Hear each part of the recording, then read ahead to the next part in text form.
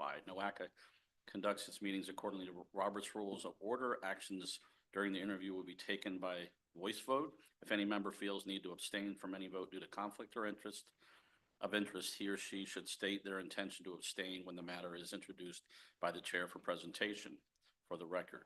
Subsequently, that member shall not participate in any discussion of the matter for which a conflict exists. According to Robert's Rules, absence from a meeting does not require a member to abstain from voting on the minutes.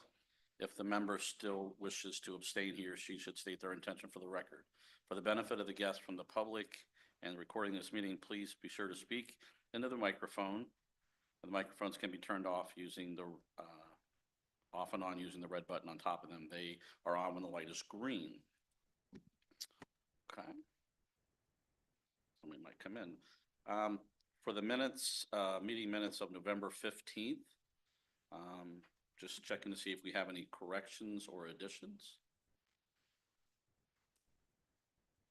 Okay, I have a motion to approve.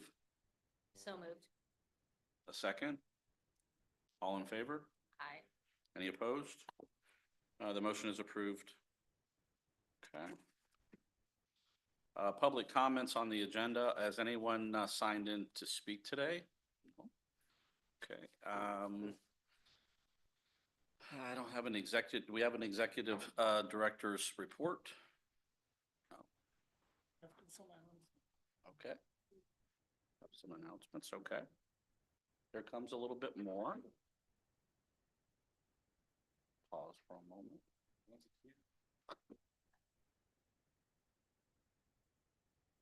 Okay, so we have some action item. The 2025 Public Transportation Agency Safety Performance Measurements Targets. I believe we have Kessa.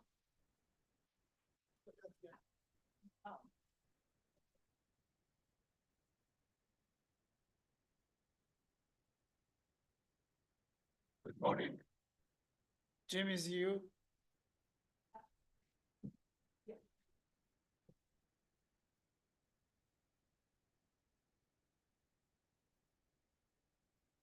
Good morning, everyone. My name is Sarah White, and I'm a senior planner at the programming team. And we do have a few programs with application periods coming up.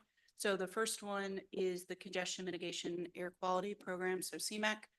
And so we have a few eligible project examples, which would be some vehicle updates, which we do often have transit agencies apply for those, but also bike and pedestrian facilities, traffic signal, connection hardware, et cetera. So essentially the program is just looking for ways that we can improve air quality, but also improve the congestion within our region.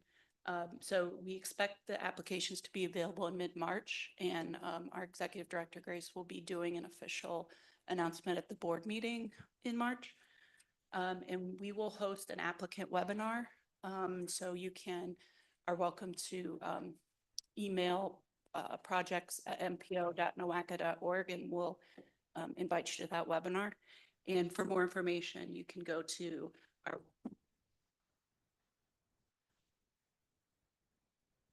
Thank you. Next announcement.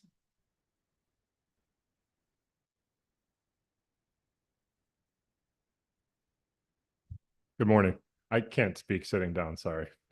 I'm Joe McDonald. I'm the Director of Strategic and Environmental Planning here at NOACA, and we are excited to announce a funding opportunity for community projects under the Climate Pollution Reduction Grants Program Planning Grant. NOACA and the City of Cleveland, if you're not aware, did receive $1 million in Phase 1 planning funds from US EPA under the CPRG. And of that million, $300,000 has been set aside for local climate action planning and engagement, what we're calling community projects. This is targeted towards the 4 counties of our region outside of Cuyahoga, because Cuyahoga has its own money through the City of Cleveland, that share of the budget. So Geauga, Lake, Lorraine, and Medina counties are eligible, projects are eligible. I need to be clear that this is not for implementation. This is for planning and engagement. So these are small grants for planning and engagement as opposed to implementation. Implementation is phase 2. That's a separate set of funds, and the region received a $130 million grant for the city of Cleveland, Cuyahoga County, and the city of Painesville last year. Applications are now open. They will be due April the 14th by 4:30 p.m. We will host an applicant webinar on March 13th at 11 a.m. So we invite you to spread the word and have people register so they can hear information about the program, and that's an opportunity for folks to ask questions. The details for both the application and the webinar are on NOACA's website under the Community Assistance Center, Funding Programs, Carbon Reductions Program, CPRG solicitation. It's a long string, but we encourage you to just copy it from the slide that will be available online and share it with everyone in your networks. Thank you.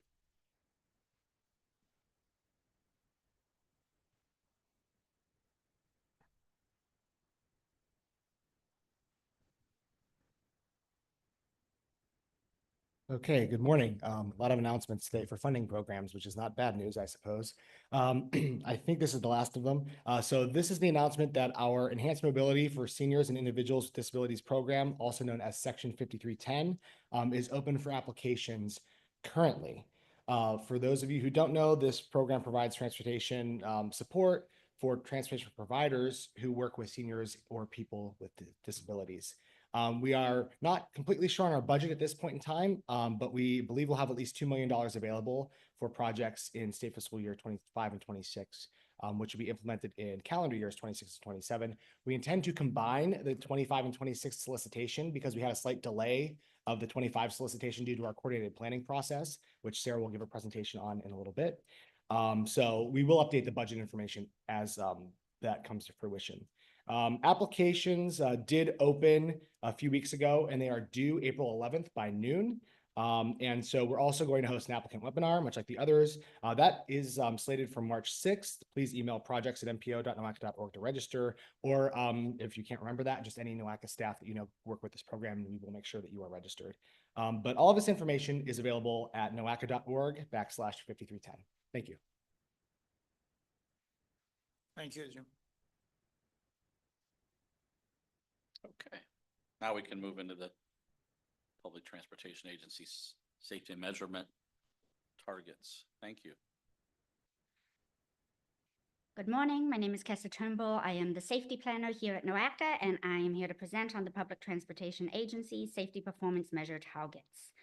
We are asking the Transit Council to recommend this to the Transportation Subcommittee so it can reach the board in June. Last June, the board passed Resolution 2024-037 to approve the current Regional Transportation Agency Safety Performance Targets. Public transportation providers and state departments of transportation must establish safety performance targets to address the safety performance measures identified in the National Public Transportation Safety Plan. The required targets, this has all of a sudden stopped working, Delcho. There it goes. Sorry about that. The required targets are for total fatalities, injuries, and safety events, as well as their rate per vehicle revenue miles, as well as system reliability, which is the mean distance between major mechanical failures. The transit agencies update and adapt these targets annually, and then MPOs must coordinate with them to set regional performance targets within 180 days. Then NOACA includes the performance targets in its TIP and long-range plan updates. NOACA staff coordinate with transit agencies and partners to update safety targets, MPO agreements, and planning documents. Lake Tran and Lorain County Transit use the Regional Transportation Agency Safety Target Development methodology, while GCRTA and Medina County Public Transit use statistical rolling averages for safety performance targets. The key here is the annual review so that agencies are continuously improving their target setting. On this slide, black numbers represent that targets have stayed the same from last year. Blue colors mean that a target has improved, and red targets mean that a target has gone in the wrong direction. For the first few columns, this is very straightforward. More injuries, fatalities, and safety events is bad, fewer is good. However, for system reliability, you actually want to see the numbers getting bigger, not smaller, since that means the distance between failures has increased. An exciting development here is that we actually received targets from Lorraine County Transit this year, so we don't have all NA. So thank you to Pamela Novak for that. We really appreciate it. As you can see, targets across the 4 counties are mostly holding steady or decreasing, with just a couple of exceptions for system reliability. If any of you see any mistakes here, please speak up. This is only my 2nd year doing this, so I am definitely still learning. Now, I suspect that I made some mistakes for GCRTA that can be corrected before we leave here today, hopefully, because these units seem to have changed. I'm not sure if the targets have been updated or if I selected the wrong portions or what, but hopefully we can work this out in not too much time. And I will just ask if you would like me to proceed or if you'd like me to stay here for a minute. Go ahead and proceed. Okay. After feedback and corrections from transit agencies, these draft targets will be taken up through the Transportation Subcommittee, Planning and Programming Committee, and the Board for action in June. We will continue to coordinate with transit agencies in the development of PTASP and target setting. And after the board adopts the targets in June, they'll be included in NOACA's Transportation Improvement Program and Long Range Plan. Once again, I'm asking you to recommend the Public Transportation Agency Safety Performance Measure Targets for consideration on the June Board of Directors agenda. Thank you for your time. Okay. I guess I'm asking for a motion to approve. Correct?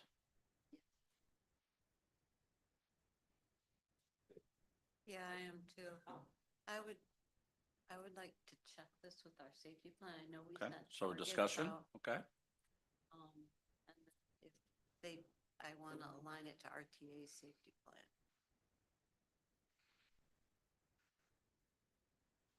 So can we, I don't know what we can do then. Do we? Yeah, Can it wait until? We're going to say we are taking as the action says, taking it to subcommittees in next month.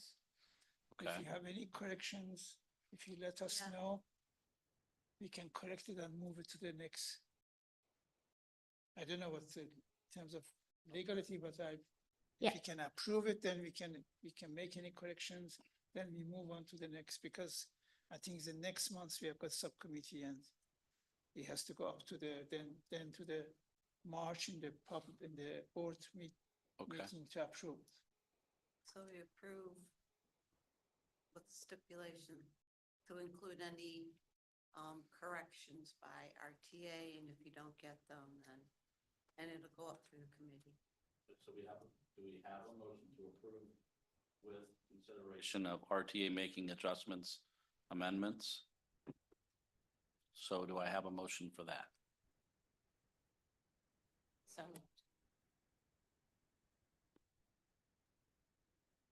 Okay, all in favor?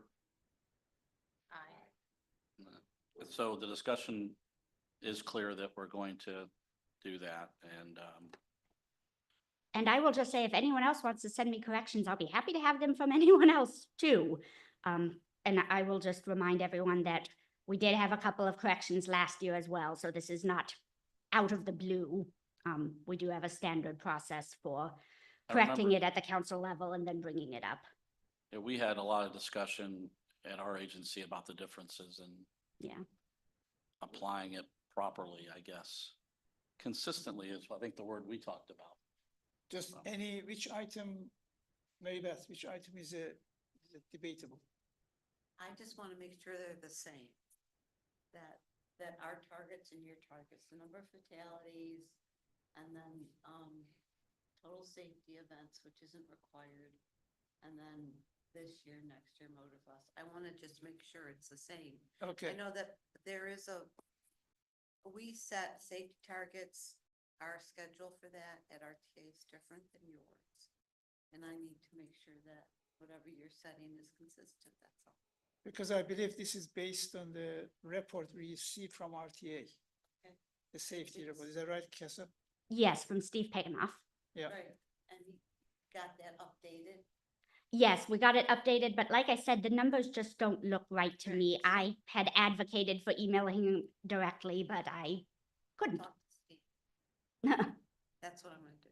These are what's going in the MPO's plan. Is it right? Yeah, That's what I'm. Thank you. That's exactly what we were looking for. Thank you.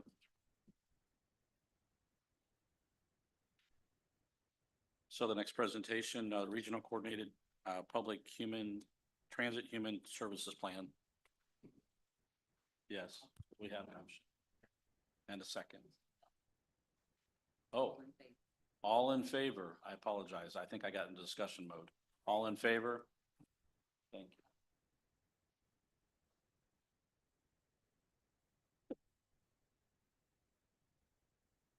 Any opposed?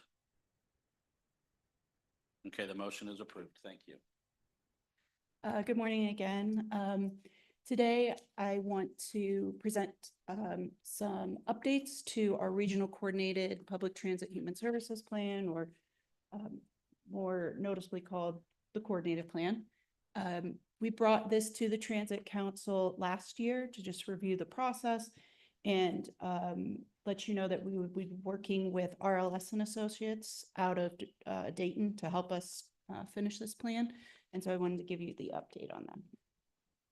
So there's no action requested of you, and previously the board did adopt this plan in December of last year. So a little bit of background, a quick primer on why we do the plan. So our plan is regional, and it covers the 5 NOACA counties. And so we're focusing on transportation and mobility options for seniors and people with disabilities. And the coordinated plan is a requirement of the Section 5310 program. And since NOACA is the administrator of that program, we are required to update this plan every 4 to 5 years. So for this update, as I mentioned, we engaged the services of RLS and Associates, and we also had a sub-consultant, Texas Transportation Institute out of Texas A&M University. So they helped with some of the additional outreach and interviews. And then we really wanted them to help, especially with the outreach, because for a plan like this, outreach is so important and it's such a specialized, smaller group of people. We really thought that their experience in doing coordinated plans would help us here. So, and then lastly, the final plan is available on the website. It was adopted by the board in December. And we have the full plan and appendices, which includes the full transit, let me tell you the full name of it, the National Trends in Meeting Specialized Transportation Needs memo is included in the appendix as well. So, and included in your packet was an executive summary. So just quickly wanted to go through what's in the plan. This is the cover page here. And so we have the regional demographic updates. So we have the actual 2020 census information and then projections from the Ohio Department of Development. We have an existing conditions report. So that looks at the transportation landscape of the NOACA region right now and includes a summary of all the providers that participated. We also have a needs assessment, so that's where you're going to find all of the public outreach information that we gathered with RLS. And then we have, lastly, the 5 major goals and suggested strategies to help us meet those goals. So I'm just going to do a brief item from each section. So here's an example of one of the demographic tables that are in the plan and why this plan is so important in general. So we all know that we have a large number of people in the 65 plus cohort, and that's going to grow through 2030. And so you can see here, we expect there to be a change between the 2020 pop and the 2030 pop by 12, almost 13%. So we really want to make sure that we're thinking of the needs of that growing population. And then looking at our existing conditions, RLS helped us with that provider inventory that I was talking about, taking into account every type of provider that participated. There are over 100, but this map shows specifically those who focus on specialized transportation. So we had around 80 there. And this is by no means an exhaustive list. This is just getting us started. These are participants who engaged with us. So, and we can continue to grow from this and update the Go High Mobility database.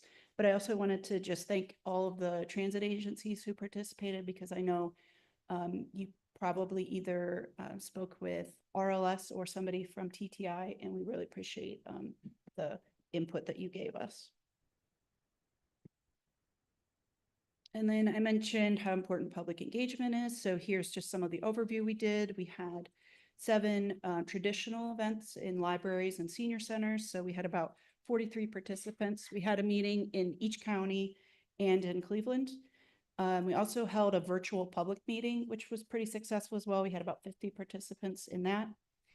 And then I really want to highlight the focus groups and tabling events, because I think that was an especially successful piece that RLS helped us with. So we wanted to really not forget our rural counties. And so we did some focus groups. Specifically, we're looking at some of those transportation challenges. So Shannon was kind enough to work with us to do one in Medina County.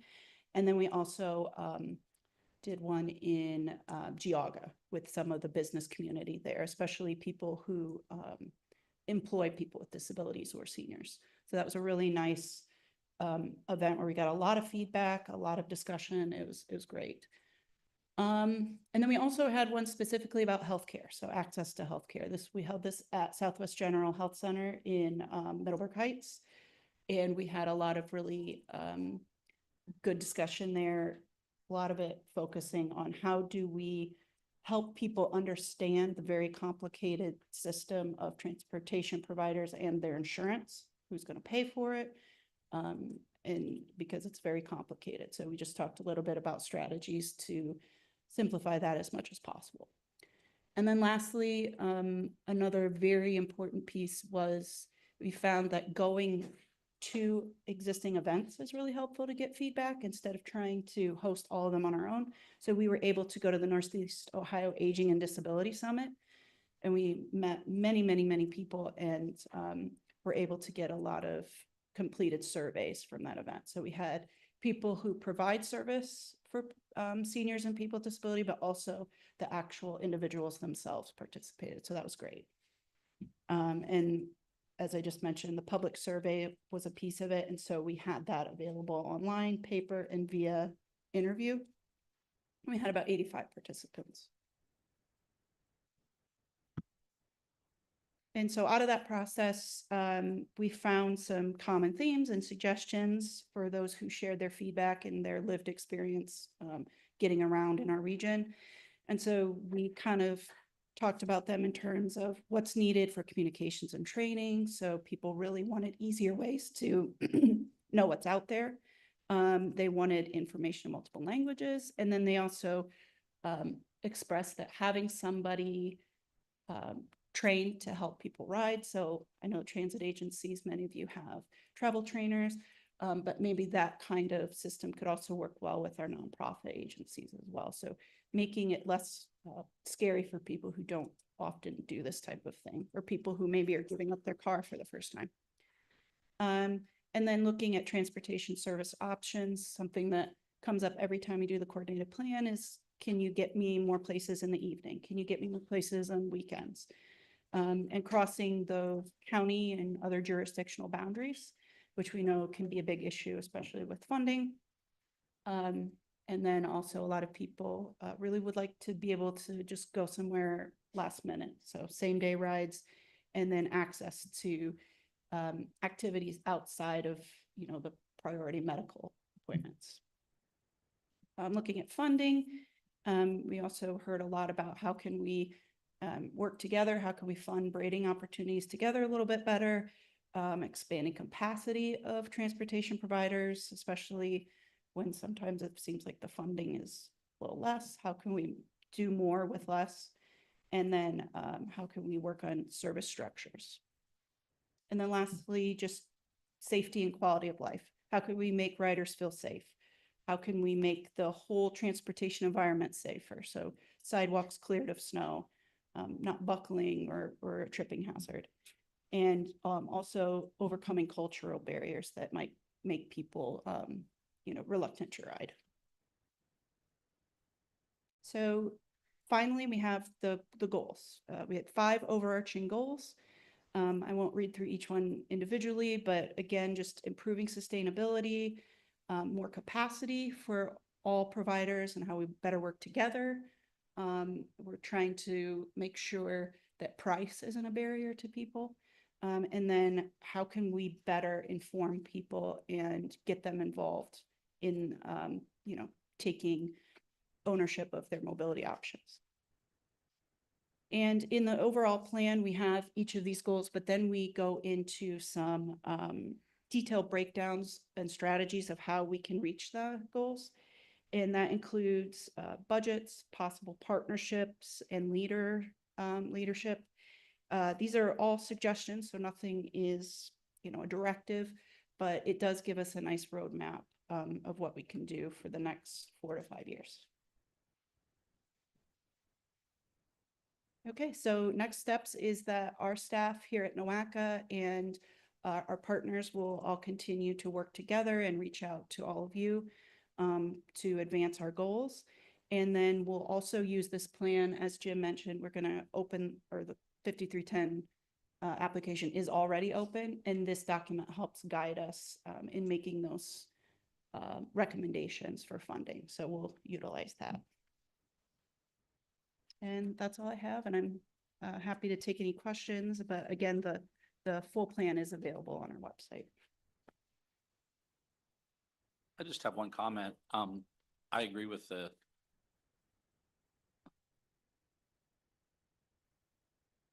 we got people involved to give input, and I think that was good. I think knowing what happens next is going to be important to those folks that participated, because I still hear from them. And I appreciate the cross-county planning and how, because as I said before, people don't see the county line. Right. They know where they want to go. And I think that's just managing expectations of the people that were involved is going to be very important over the next 6 to 8 months. So just want to add that to the list. Thank you. I have a question. Sure. So in the plan, you have recommendations. Can you give us an example of how those recommendations in this plan will help you evaluate those applications as they come in for 5310? So when we evaluate the 5310 applications, we mainly will ask applicants to explain how their program will help the goals. So the recommendations and suggestions are a little bit more detailed. So, suggesting how we better work together, or maybe having a coalition doing these sorts of things. But for the application, we're asking, if you're requesting 5 new vehicles, just explain how that will help reach some of the goals. So for example,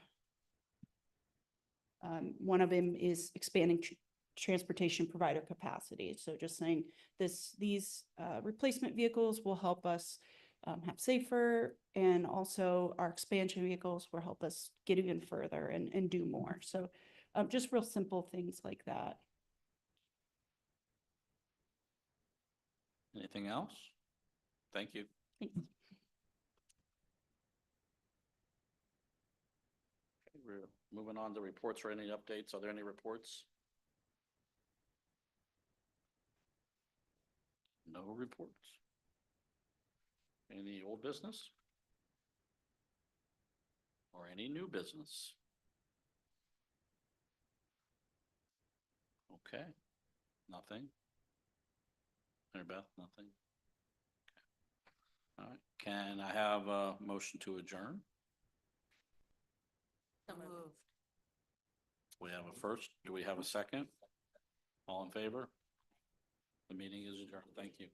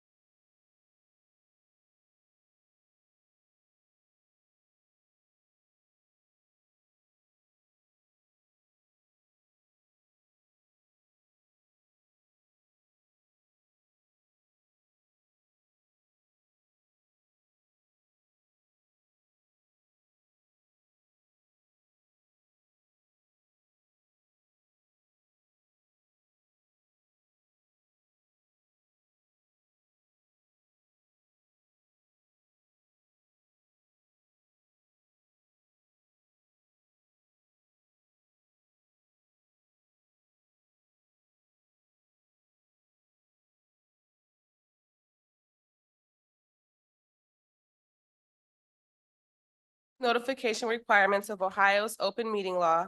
Notice of this meeting has been publicly posted and major public media has been notified. NOACA conducts its meetings according to Robert's Rules of Order. Actions during the meeting will be taken by voice vote. If any member feels the need to abstain from any vote due to a conflict of interest, he or she should state their intention to abstain when the matter is introduced by the chair for presentation for the record. Subsequently, the member shall not participate in any discussion of the matter for which a conflict exists. According to Robert's rules, absent from a meeting does not require a member to abstain from voting on the minutes. If the member still wishes to abstain, he or she should state their intention for the record. For the benefit of our guests from the public and the guests from the public and the recording of this meeting, please be sure to speak into a microphone. The microphones can be turned on and off using the red button on top of them. They are on when the light is green. Are there any new members who would like to introduce themselves?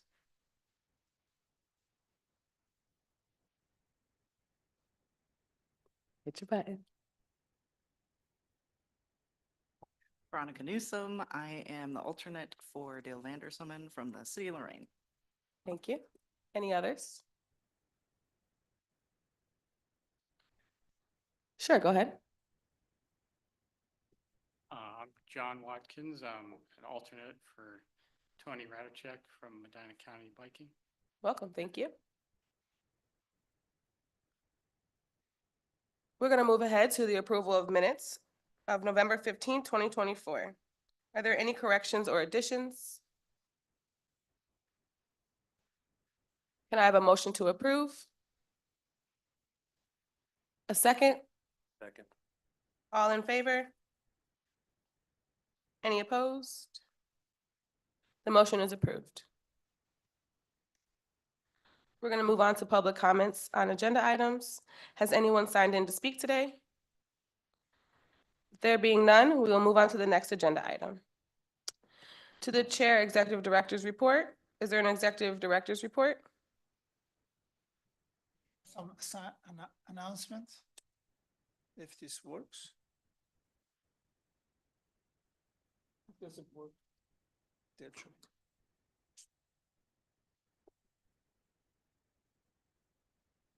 First one, Sarah.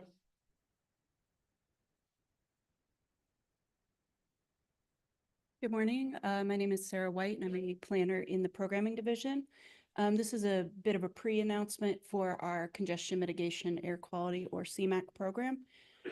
Typically, this is a program that is administered every 2 years. So we do have a 2025 upcoming application round. And so this program looks to improve air quality through various different projects that help with congestion and other modes introductions. So some eligible projects would be updates to vehicles, for example, transit vehicles, bike and ped facilities, and probably one of the most popular is traffic signal timing and connection hardware updates. So we expect the applications to be due in mid-March, and our Executive Director, Galucci, will be doing the official announcement at the Board of Directors meeting in March, but we just want to let everyone know that this is coming up. We will host a applicant webinar in early April, and if you have any questions or would like more information about the program, it is available on our website at noaca.org/CMAQ. And again, more information to come at how you can sign up for the webinar.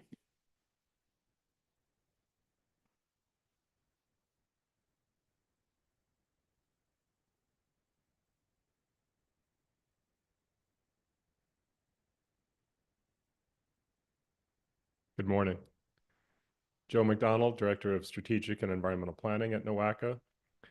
We are excited to offer our Climate Pollution Reduction Grants Program Community Projects Funding Opportunity. For those of you who may not know, NOACA and the City of Cleveland partnered on the receipt of a $1 million planning grant from the US EPA's Climate Pollution Reduction Grants Program. $300,000 of that $1 million is designated for the 4 counties outside of Cuyahoga, that is Geauga, Lake, Lorraine, and Medina counties, the purpose of which is to foster local organization or municipal planning and engagement efforts around climate action. We want to encourage you to share this information with your networks. So if there are any organizations or cities, educational institutions, et cetera, who are interested in this opportunity, the window for applications is open through April the 14th. There will be a webinar for applicants on March 13th at 11 a.m. The link to application and webinar details, and we do require registration for the webinar, are available at the bottom of the slide, and you can always copy, paste, and share with these slides available on NOACA's website. Thank you.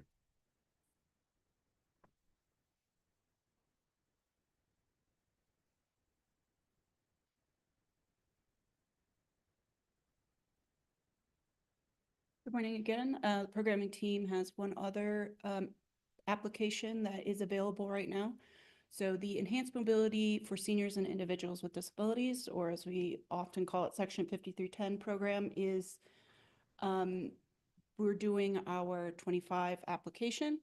If any of you have participated in this in the past, we usually do every year, but last year we were working on our coordinated plan update, so we took a 1-year break.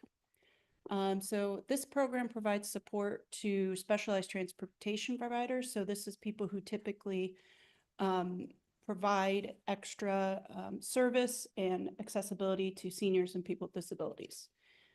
So right now we have at least $2 million available for this program. We do expect it could be more, but we do not have the final budget from the federal government quite yet, because it's the Federal Transit Administration program. The applications opened last Friday, and they are due April 11th by 12 p.m. We will be having an applicant webinar on March 6th, so you can email us at projects@mpo.noaca.org to register. And then more information about the program and the webinar is at noaca.org/5310. Thank you.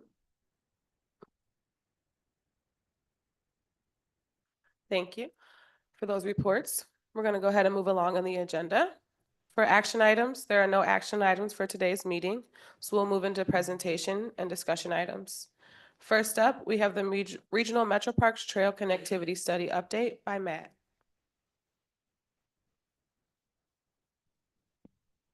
Good morning, everyone. I'm Matt Hills with OHM Advisors. Good to see you all again. Happy 2025, which sounds a little weird, but this is the last time I saw you guys. It was 2024. So for those of you who maybe haven't been to one of the last presentations on this project, just want to make sure everybody's up to speed here. This study covers the entire NOACA service area and looks at planning out a full network for bicycle use across that service area. You can see the partners are all 5 of the county park districts, and the intent is to connect not only parks to each other, counties to each other, and residents to the parks, but then also to encourage more utilitarian use of trails for commuting purposes and helping people get, for instance, from home to work or to school or a library, etc.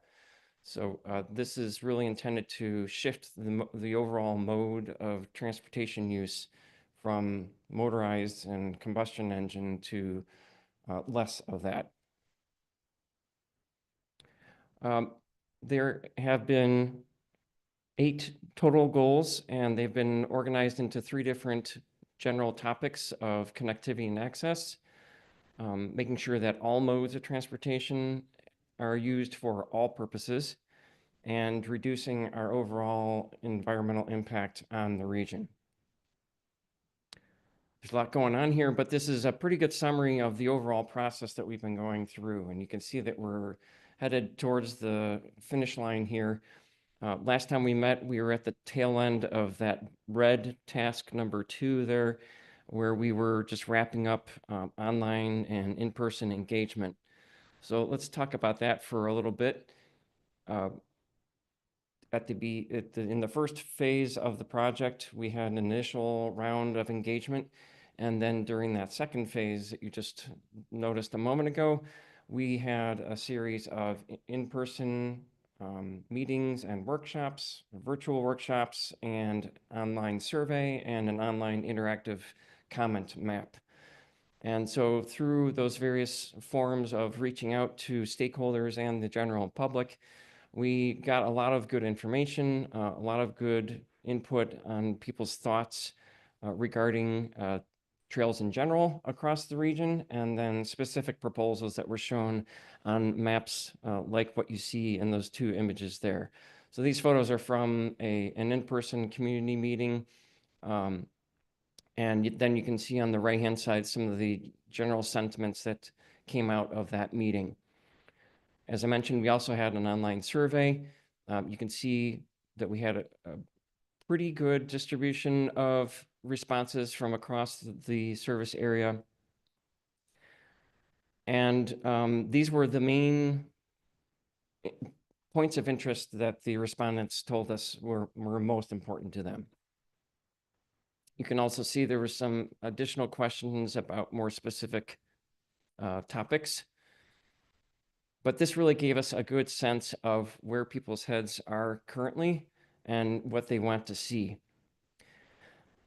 This slide highlights something that was probably not a surprise to anybody involved in the project to date, but is very noteworthy because right now people think of and typically use trails for recreational and exercise reasons almost exclusively. And so this was noteworthy to us that NOACA's whole emphasis here is to try to help people use trails and build more trails for more than just recreation and exercise.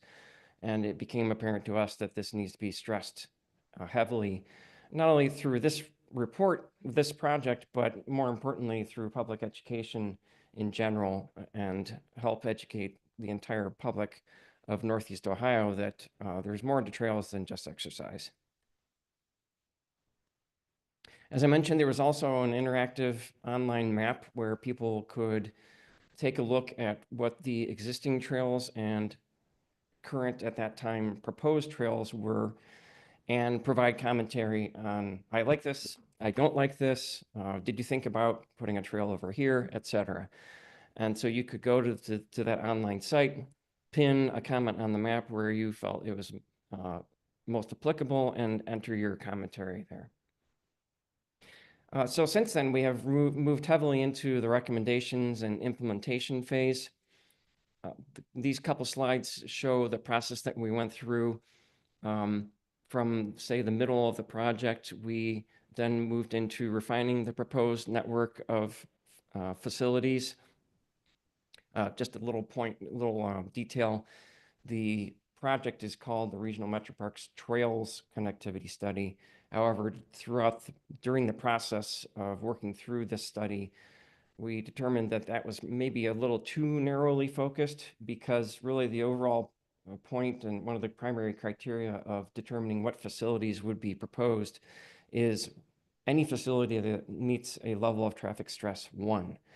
And so that certainly is more than just trails. And so since then, we have spoken more to facilities rather than just specifically trails. But we ran that preliminary proposed network through a scoring analysis in GIS. We got those preliminary results back, and based on that, developed some early recommendations for what seemed to make sense based on that information that we had at that point in time. After that, we met with stakeholders, had additional engagement with the park districts and NOACA, and updated the proposed facilities, reran the scoring again. And the point of the scoring is not to say, well, the highest scoring proposed trails and facilities are what we need to build first.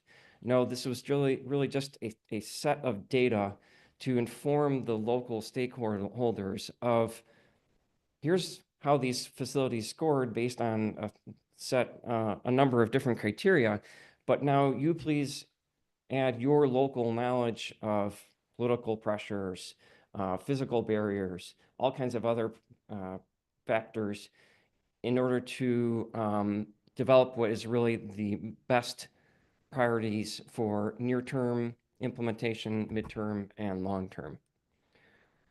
So you can see here on the right, those criteria that I had mentioned briefly a moment ago, really focused on connecting parks and trails. I forgot I have this monitor here that I can look at. Connecting people and jobs, connecting the destinations, regional connectivity and removing barriers.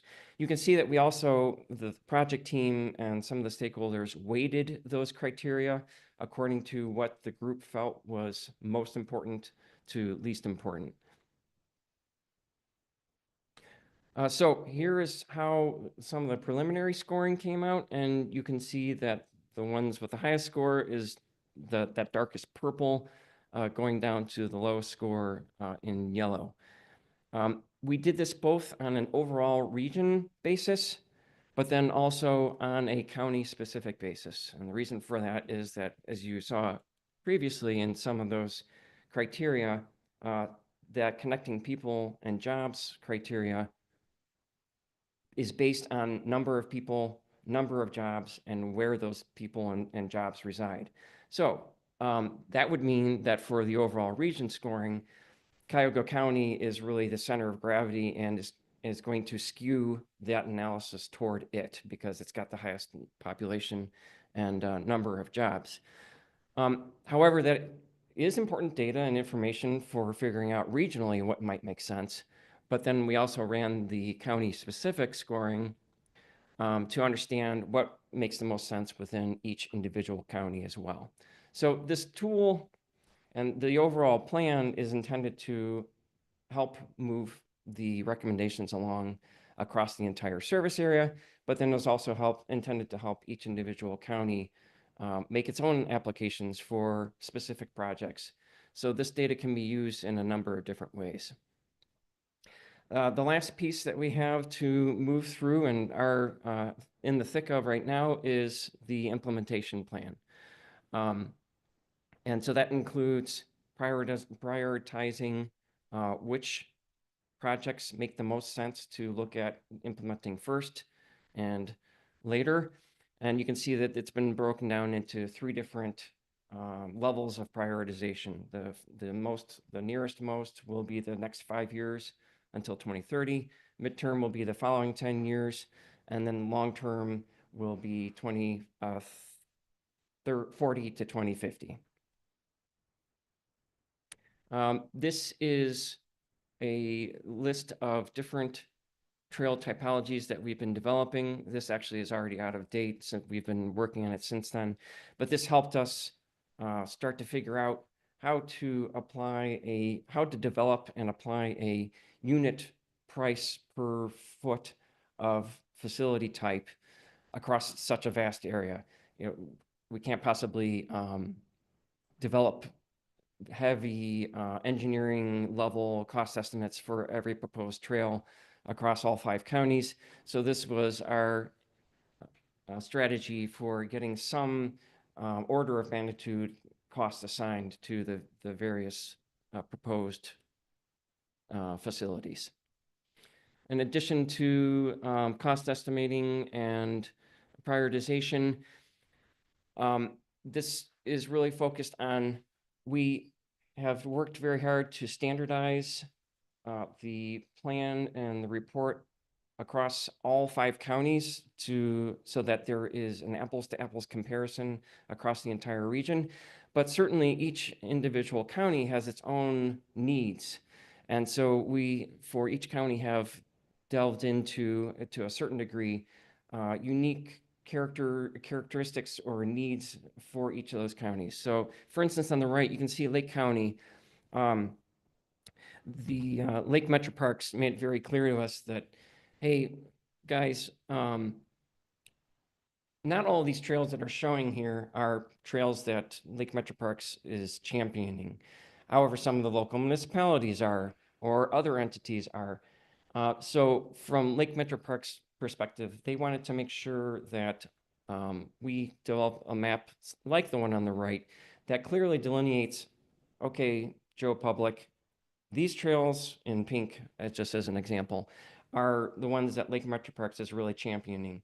But the other ones in blue are being championed by a different stakeholder, just so that it could become clear when a stakeholder or general citizen wanted to provide more input, that they knew which body to go to provide that additional input on that specific trail. I skipped through a few details there. If anybody's interested in more, please feel free to ask questions. I'll be happy to answer anything that you have. Oh, well, this is just to point out that our final report will be delivered by the end of April. We're working through the initial draft that will be delivered a week from today. Any questions? All right. Thank you very much. I do have a question. Oh, great. So the regional Metro Parks Trail, the focus, like you say, is the trails as well as the facilities, correct? Yes. Okay. That's also going to be added to the long-range plan, is my understanding. That is correct. And when we had our long-range plan meeting with Dr. Makarachi, one of the things that he covered was the first mile and last mile. Getting to the bus stops, getting to trails like the regional Metro Parks trails. As we're going around and we're doing the online surveys and we're talking to the people at the engagement sessions, are we informing them? Are we widening the focus from just the regional Metro Parks trails to how their surface roads are going to be affected by this? I live in Medina County. You know, we have 55-mile-an-hour speed limits. Around some of the areas around the metro parks, we're looking at probably 45-mile-an-hours. And it's going to affect significantly, considering the first and last mile, how our township kind of moves about and travels. Is that being explained to the people that are coming in and participating in these studies? If that specific question is asked, certainly we will explain that, or have been explaining that to them. The intent is to implement these facilities with as small an impact to current traffic flow as is possible. There's a wide variety of conditions, as we're all aware, and so sometimes the proposed facilities may have to integrate with existing roadways. The intent with all the recommendations is to only recommend specific facility types at specific locations that are as feasible as is possible. But we're really planning at a 30,000-foot level here. And so any of the facilities that are going to that end up showing on the recommendations map will need to be studied at a greater level of detail in a preliminary engineering phase, as you know, as an example, to determine full feasibility of how that specific facility can be implemented and may or may not affect traffic flow. Okay, so that's just facilities. That's not necessarily it's not being communicated to them as we're surveying them, and we're asking what their concerns are. We're not telling them that their day-to-day life, if they're not riding their bikes, if they're just commuting by vehicle to work, that their day-to-day life might be affected. So that might actually weigh in on whether they're in support of it or not, based on, right? So necessarily, I might argue that the scope of the survey is omitting some pretty important details. Understood. Thanks, John. Appreciate you. Go ahead. Just to help Matt and to be fair to him, the project his OHM is responsible. It doesn't cover all the non-motorized facilities. It's just talking about trail network. That was the scope of the work. But what you ask about first mile, last mile is a part of our long range.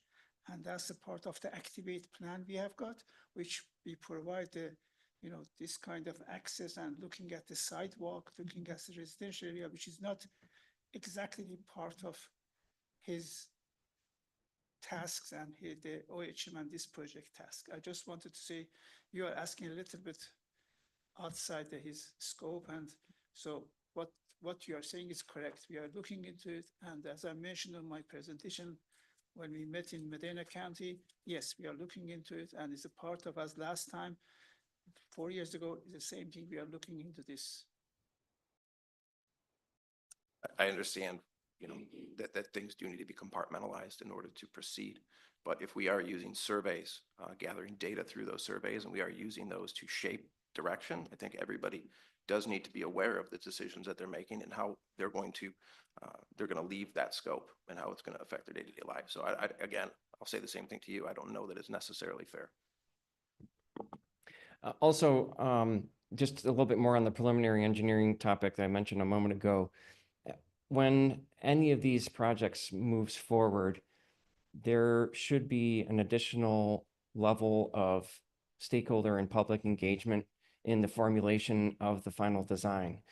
And so that would be another opportunity to inform the public and for the public to inform the process, how they feel about that specific project. So this really should not be the last time that the public is contacted about any of these facilities. It's an early part of the process moving towards the construction of each individual facility. Thanks, Matt. Any other questions? All right, well, thank you for your presentation. Thank We'll you, go ahead. everyone. No problem. We'll go ahead and move along to our next presentation, Bike Demand Analysis and Bike Counting Program by Rob and Sam.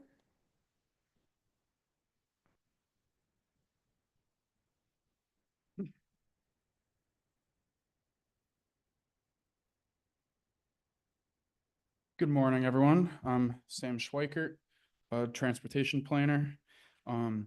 And I will be covering the bike counting program update part of this presentation.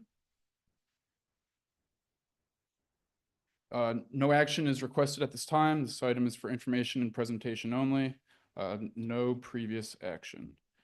So just a little background.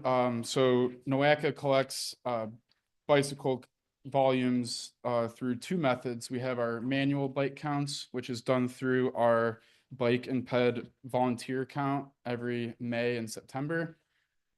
And then we also have our MyoVision counters, which are out in the field. Those are permanent, and those are distributed throughout the region. And an important aspect here is that our volunteer counts, those are just for 2-hour time frames. We don't expect volunteers to sit out there for much longer than that. While our automated bike counts through MyoVision, those are continuous, so those are counting 24/7. And then for our for the automated bike counts as well, you can see in the diagram on the right, we get the volume totals for each approach at an intersection. So there's westbound enter, westbound exit, eastbound enter, eastbound exit accordingly, so we can determine turning movement counts at each intersection that we have these cameras at, which is very helpful. This here is a general map of our counters and where they are. Like I said, we have 16 MyoVision counters throughout the region in green. The brown locations are where we have volunteers count at twice a year. We have about 125, 126 possible locations for volunteers to count at. And then we also have 2 eco counter counting devices on Lorraine Carnegie Bridge and Edge Hill Road in Cleveland Heights. And we do our best to distribute our counters throughout the region, but it's definitely heavy on Cuyahoga County. That is just where the most bike, where the highest bike volumes are. So that just kind of turns out that way. While picking locations for the volunteer bike counts that we have twice a year, we do have a selection methodology. We don't just randomly pick locations. We try to kind of keep a number of factors in mind. These factors are historical continuity, project status, regional coverage, cost, and requests from the community. For historical continuity, we have at least 5 locations that have been counted 25 or more times. So we like to keep those locations counted at every time to just kind of continue this continuity. Project status, we try to keep in mind a lot of active and current projects going on throughout the region, whether we're collecting data before that project happens or during or even after. That's still useful data. Currently, some projects that we have in mind that we'd like to pick locations for the upcoming count. There's the Memorial Bridge Loop Trail, East 55th Safety Action Plan, East 28th Street Planning, TLCI, Broadway Cycle Track in Lorraine, and then any proposal bike lane projects that result from the Cleveland Moves Plan.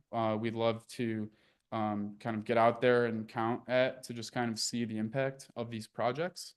For cost, we do pay volunteers with bike shop gift cards. So we can't, there is a certain limit to how many locations we can have and volunteers we can have. Regional coverage, like I said, it is definitely, heavy on Cuyahoga County, but we try to have at least 2 or 3 volunteer locations in all counties regardless.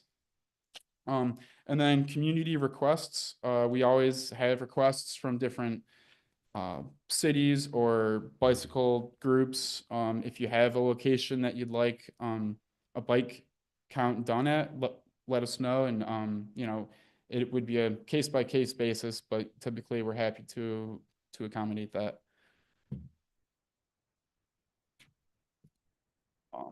So like I said, we also really seek to ensure a range of location characteristics, a variety of facility types, function classes, geographies, and land use. We do have a preference for higher volumes, but all data is good data. So I mean, there's really no bad location. Even a low count at least tells us that that is not somewhere where bicycles typically are being ridden. So the data that comes out of our volunteer manual bike counts, we do, like I mentioned, this is 2-hour data. So we do need to convert that to 24-hour data. So here I'll touch, sorry. Yeah, so to turn this 2-hour data into 24-hour data, we have a handful of collections where we both have a permanent MyoVision counter, and we also have a volunteer count there for 2 hours. So we are then able to understand the ratio of how many cars traveled through that intersection during that 2-hour gap from the volunteers, and we can compare that to the 24-hour count from the MyoVision. So we can we can then get a conversion ratio, which is 0.32. That's what we use to turn this 2-hour data to 24-hour data.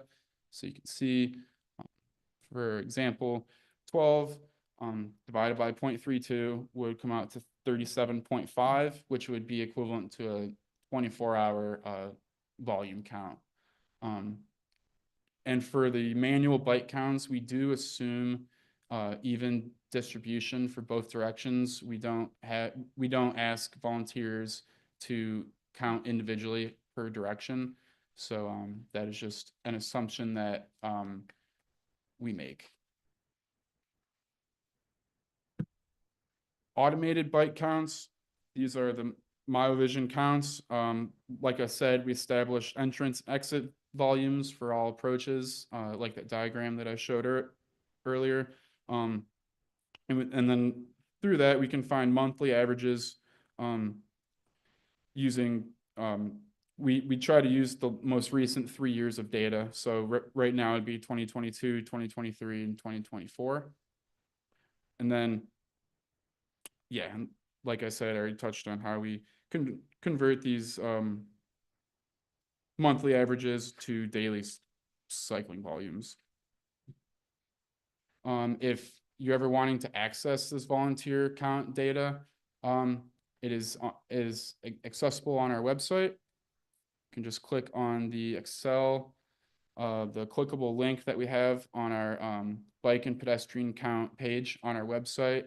It's just an Excel spreadsheet that you can then kind of search either through city or county, or it's fairly simple to navigate, but I keep that updated with the most recent counts, volumes and data.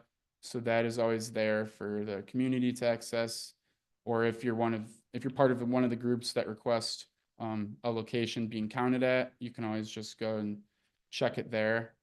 So just wanted to make that known. I feel like not everyone knows that the data that results from our volunteer count is on our website. So that is there for anyone to check out. So Rob will now talk about the potential cycling demand. Thank you. Thanks, Sam. I'm Rob Olhorn. I'm the relatively new manager of transportation planning at NOACA. This is my second BPAC, but first time presenting. So hello, everyone. Like Sam said, I'll be presenting on bike demand analysis and explaining how the counting program is factored into targeting where potential bike facilities might have the most impact. So we use the travel demand model, which gets calibrated based on the bike counts in the counting program and the household travel survey data that you guys are probably familiar with, and some other information like where zero car households are, where there are a lot of commute trips within 30 minutes, a 30-minute bike ride. And so then we develop the green symbolized roads there where there's potential bike volume, and then the red shows where there are current bike facilities. So you can imagine that you can see there's a lot of space where there's potential bike demand and yet a lack of facilities. So what is stopping that demand from coming to fruition? Well, largely it's just very uncomfortable for people to ride on many roads. We use the level of traffic stress indicator, which Matt explained in his presentation, where level 1 is comfortable for all ages, level 2 is comfortable for most adults, and then gets more and more uncomfortable from there for more and more people.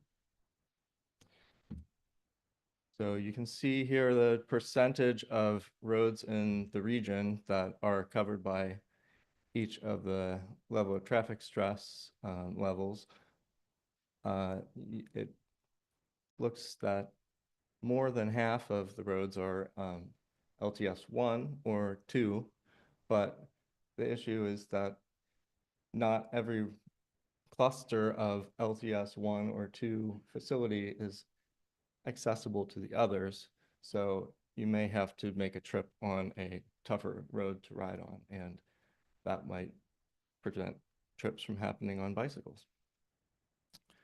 So a more informed way of looking at this is we look at the traffic analysis zones. You might think of them as neighborhoods.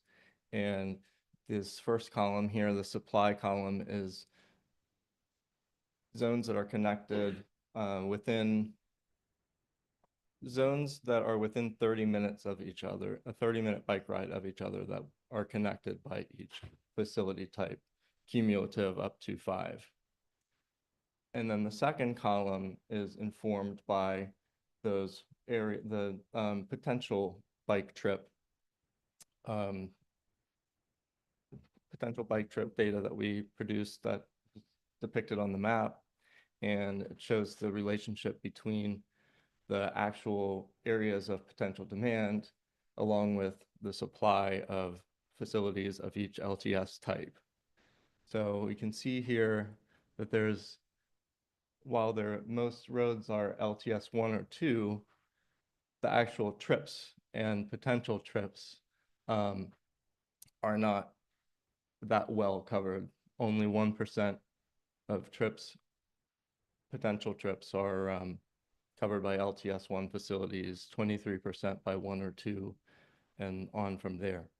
So this indicates that we have a ways to go if we want to meet the demand that is possible. So we need to increase that supply to meet that demand.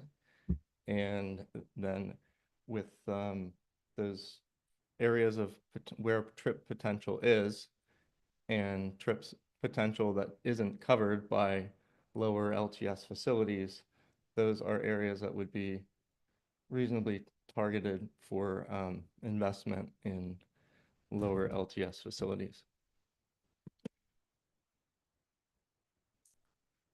So further steps, we will continue developing our analysis, taking in input and getting more counts and making more accurate predictions of the supply and demand and the relationship between them. And we will update you on that progress.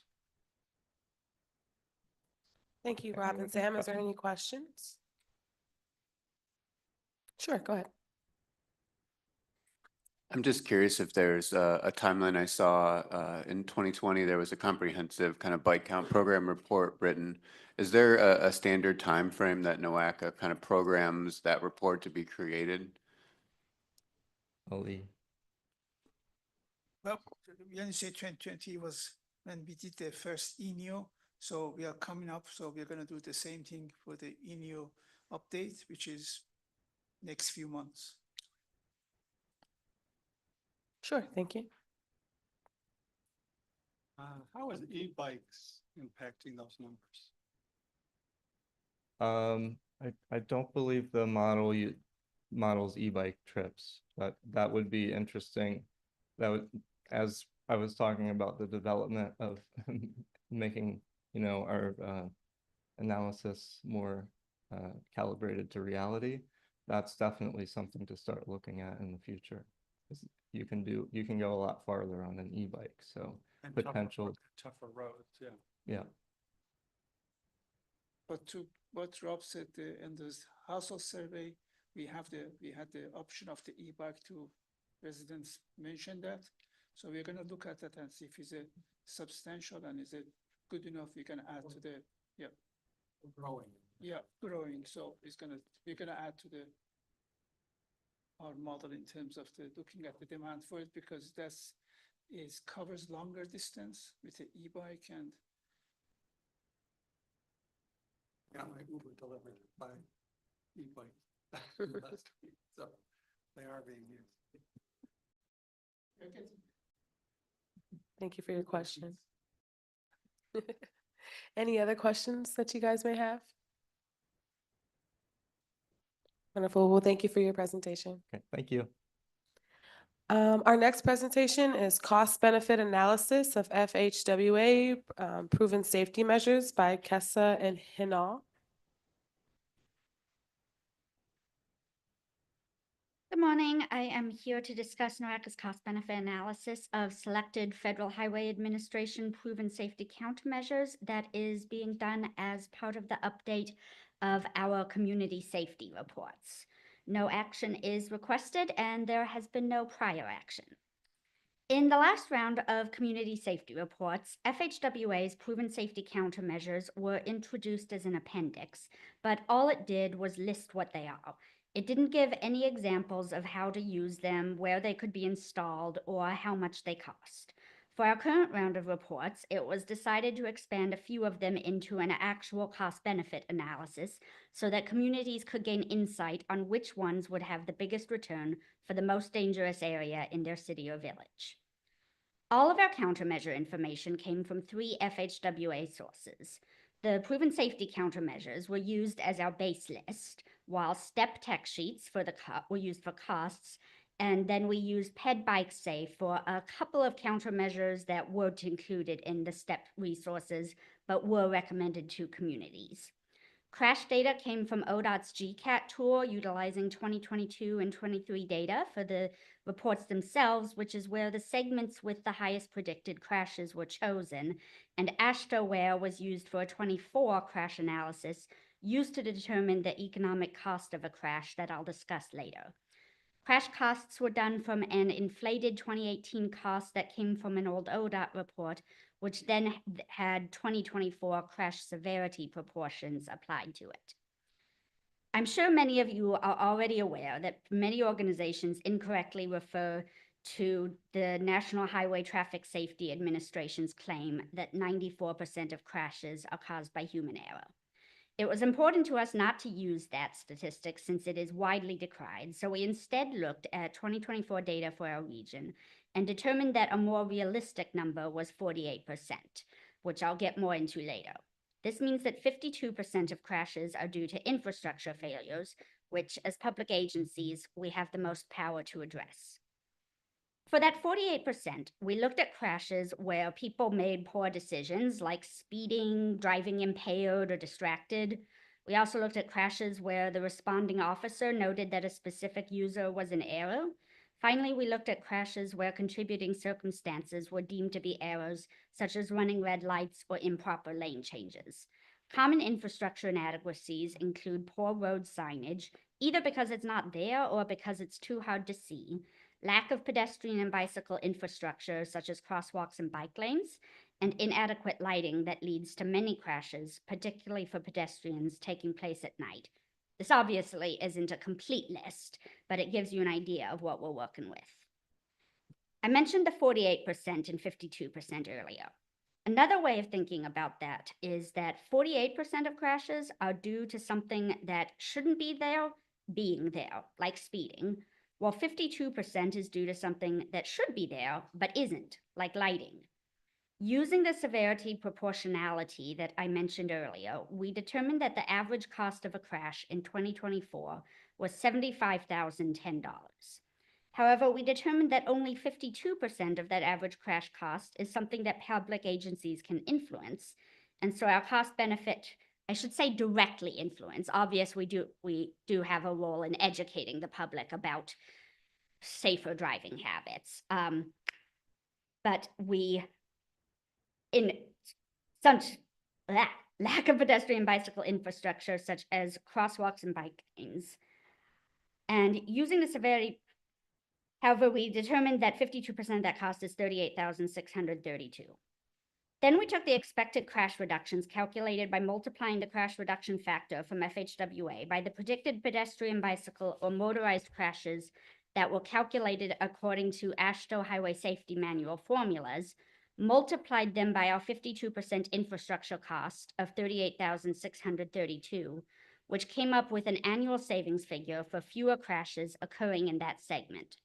Then the cost of installing the recommended countermeasure was divided by those annual savings to come up with the cost-benefit ratio for that segment. Segments where we recommended pedestrian or bicycle countermeasures had those annual savings projected over 10 years to focus on long-term impacts and crash reductions. However, for the segments where we recommended countermeasures for vehicles, the predicted crash rates were 10 times higher due to how many more people use vehicles, and so we only used a single year of savings for their ratios. Non-motorized countermeasures that we recommended for communities included high visibility crosswalks, pedestrian refuge islands, leading pedestrian intervals, rectangular rapid flashing beacons, pedestrian hybrid beacons, and buffered bike lanes with delineators. Motorized countermeasures were wider edge lines, backplates with retroreflective borders, and rumble strips both on the shoulders of a road or down the center line. As an example, in Brunswick, we chose the intersection of Center Road and Excellent, which is the entrance to a school area. While there is a signalized intersection not far away at Boyer, we felt that an additional safe crossing area would make the school more accessible to people who don't own or want to drive a vehicle. We recommended installing a new high visibility crosswalk and an RRFB at this intersection to help students cross this busy road safely. Now, we do need to note something that we chose to do regarding this 48% crash reduction we have listed here. The independence or lack thereof and countermeasures and how much additional countermeasures reduce crashes is still a hotly debated topic. So instead of either multiplying or adding our crash reduction factors, we chose to make a simple determination based on the range of high visibility crosswalk markings. If all we were recommending was upgrading a standard crosswalk to high visibility markings, then we chose 23%, which is the low end of the range given by the FHWA. If we installed another countermeasure with it, such as an RRFB in this case, we chose 48%, the high end. Using summed costs of both pieces of equipment of just under $65,000 and 10 years of reduced pedestrian crashes of just under $64,000, we came up with a ratio of 1.0. For a motorized example, Ohio 57 in Elyria is not really an appropriate place for pedestrians, so we chose a motorized countermeasure instead. It looks like a place ripe for roadway departure crashes, and so we chose to install rumble strips on the shoulders. These reduce crashes by 13%, and for the 1.69 miles length of the segment would cost about $25,000 to install. Annual savings of over $110,000 lead to a ratio of over 4. Some of you may have noticed that these ratios also included a qualitative descriptor, which I haven't mentioned yet. Safe returns is a qualitative system to accompany the numeric ratio outcomes. It categorizes performance into 4 distinct levels. Satisfactory, indicating that the outcome is acceptable and satisfies the bare minimal requirements, which is 0 to 2. It's worth noticing that although any ratio above 1 is generally considered a good return, there were a few segments that fell below 1. However, safety is about saving lives, not financial outcomes, so we don't feel this disqualifies them from being installed. Approved ratios from 2 to 6 indicate that the outcome is appropriate and expected to meet or is slightly above expectations. Favorable is 6 to 10 and indicates a solid result that is better than predicted. And finally, greater than 10 is excellent, indicating a remarkable outcome above expectations. These are all the ratios of the segments that we suggested countermeasures for. As you can see, it's a very regular chart. There were a few ratios on both the lower and higher than ideal ends, but the majority of our countermeasures ended up in a respectable range. We feel this strengthens the financial argument for installing them even beyond the moral obligation of saving lives and lends strength to the processes we used despite being non-standard. NOACA is exploring the idea of creating a new safety fund to cover the costs of future safety measures. This fund would be directly tied to the expenses of implementing various safety improvements. The goal is to ensure that there's a dedicated financial resource for these projects. By establishing the fund, NOACA aims to make funding safety initiatives more efficient and reliable. It would help prioritize safety measures and ensure they can be quickly put into action when needed. Ultimately, the fund would support long-term road safety and benefit the communities in our region. NOACA will continue to evaluate the feasibility of funding a new safety program. Thank you for your time. Thank you, Kessa. Any questions? Go ahead, Joyce.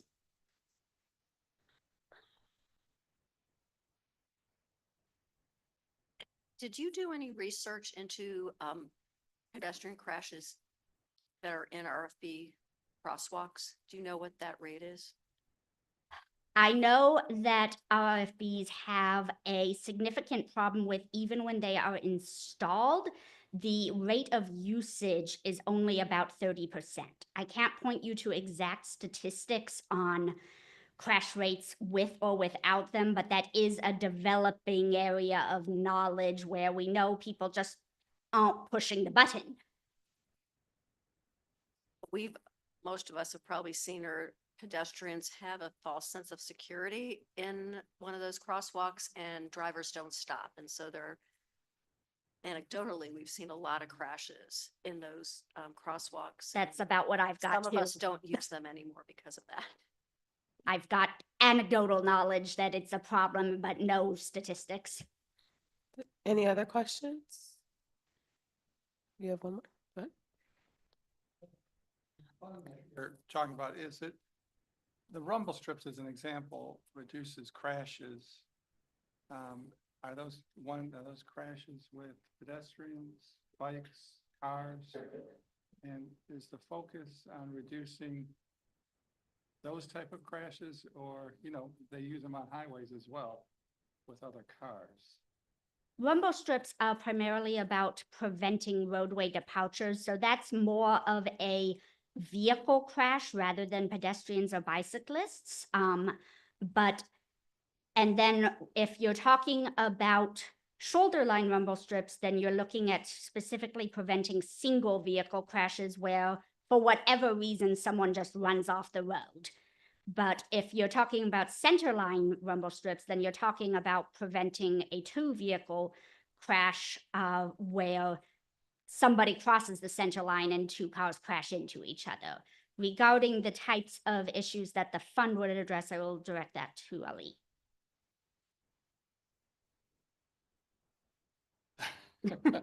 I will also say it's really early stages for this fund. It's a fund of the future. So ideally, it's the example she used in Lorraine, it's not a highway typically, but it's a highly motorized area. Would it be geared towards people, bike interactions and reducing those type of crashes, or would it be single car You're crashes? asking about the funds in terms of. Ideally, which Well, probably is yet to be That's set. what, when we did this, started adding to the community safety reports, we thought, discussion with the executive director, we thought if we could have something like TLCI, TLCI projects, people apply for a TLCI fund, and Right. depends on the project, sometimes even signalization, sometimes the walking, sometimes for bicycles, all these kind of things. Right. We can allocate portion of it for the non-motorized, portion of it for motorized. Oh, But this is kind of similar to that. Once we announce it, then community would apply based on hopefully we send you very soon the safety community reports. Then based on that, you can apply on the, saying, okay, is it the report, we can have this for the, how much fund we need, and then we go from there. Thank you, Ali. Any other questions? Sure. Hold on, wait 1 second. Can you use your mic, Jane? Can you use your mic? Thank you. Come on. Yeah, I'm just inspired by some of these comments and questions, and I apologize if I missed that. The use of rumble strips in terms of like basically in lieu of like lane delineators, like the flexible posts or something to designate a bike lane, or in lieu of a big fat wide stripe, the coloring, because we know the paint at some point will fade. But are rumble strips something that's being implemented as part of that separation, segregation of vehicular and bicycle? Again, this is very undeveloped science, let us say. Safety industry folks are researching it actively, but the current state, as I understand it, is that national organizations are kind of developing, actually it's called mumble strips with cut-throughs with them for non-highway usage. And by providing the cut-throughs, you give places where bicyclists can cross safely, since you don't want them driving over the strips. And I'm not sure if someone from ODOT has more to offer on this, but that's how I understand this current state. Sure. So if we use shoulder rumble strips or stripes being the ones you'd use on like a rural 2-lane roadway where you paint over them, strips being the ones you use where you have a 4-foot or wider shoulder, it's offset from the stripe. Those are generally to prevent like you said, single vehicle crashes. We don't use them adjacent to bike paths often. We've kind of thrown around the idea when we've had like a wide separation and enough space where the bike wouldn't run over it, but non-motorized vehicles like bikes and buggies do not interact well with this hardware. So we try to install them only places where bikes wouldn't have to run over them. So that's the ODOT side of this. Hold on, wait 1 second, Veronica. John, you had your comment first. Sorry. No problem. Could you back up the slides a little bit to the contributors of crashes?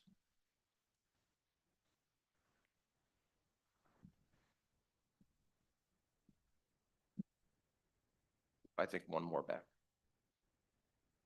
There it is. Okay, so we are looking at 48% of the crashes are caused by driver mistakes and poor choices. 52% are related to or infrastructure / related issues. Are we to believe that bicyclists and pedestrians are not responsible for any of? No, so when I went into the details on the users in error, in the crash reports, which is where sadly safety professionals still mostly get their data from, even though they have their limitations, there is actually a particular field where officers can say the driver was in error, the pedestrian was error, the cyclist was in error, the senior was in error, the young driver was in error. They can mark all sorts of users in error in a particular crash. Because I think it's important because, you know, the way that we look at this, it's the way that it is explained to us, and we are, you know, it's obviously why I asked you the question was for clarity. When we consider what obviously things are getting more complicated now, like I think I heard Uber Eats and e-bikes earlier. We have our Amazon drivers. We have people protesting in the streets. Each one of those people counts as a pedestrian. So with every, again, I live in a rural area. We have Amazon, UPS, we have drivers parking in the streets, we have them exiting vehicles, and we have them delivering packages. So each one of those instances does count as a pedestrian when they are out of their vehicle. And I think, again, we get very, very detailed in some aspects, and we omit details when they are very pertinent to what it is that we're looking at. So I just, again, want to point out that the more details, the better sometimes, that's all. I got a lot of critique that I went too many details in that, so I like you. Thanks, John. Appreciate your comment. Veronica, do you still want to speak? Yeah, so I just wanted to speak in regard to the rumble strips. We did recently do rumble strips along our buffered bike lanes in Lorraine over the Henderson Bridge. The Henderson Bridge is a high-level bridge, so there's a lot of elevation change. And we wanted the cyclists to be confident riding over, since previously there was nothing. There was no facility. So it was just 4 lanes, 1 lane in each direction. We did a road diet and put those buffered lanes in. And so, yeah, we have used them out in Lorraine. I think safety, I think we put like those cut throughs that you were talking about, Scott, like every 50 feet, I want to say, in case there was some sort of debris in the curb lane, bike lane, so that they could move over into either, you know, into the buffer. But where we put it was in that buffer area.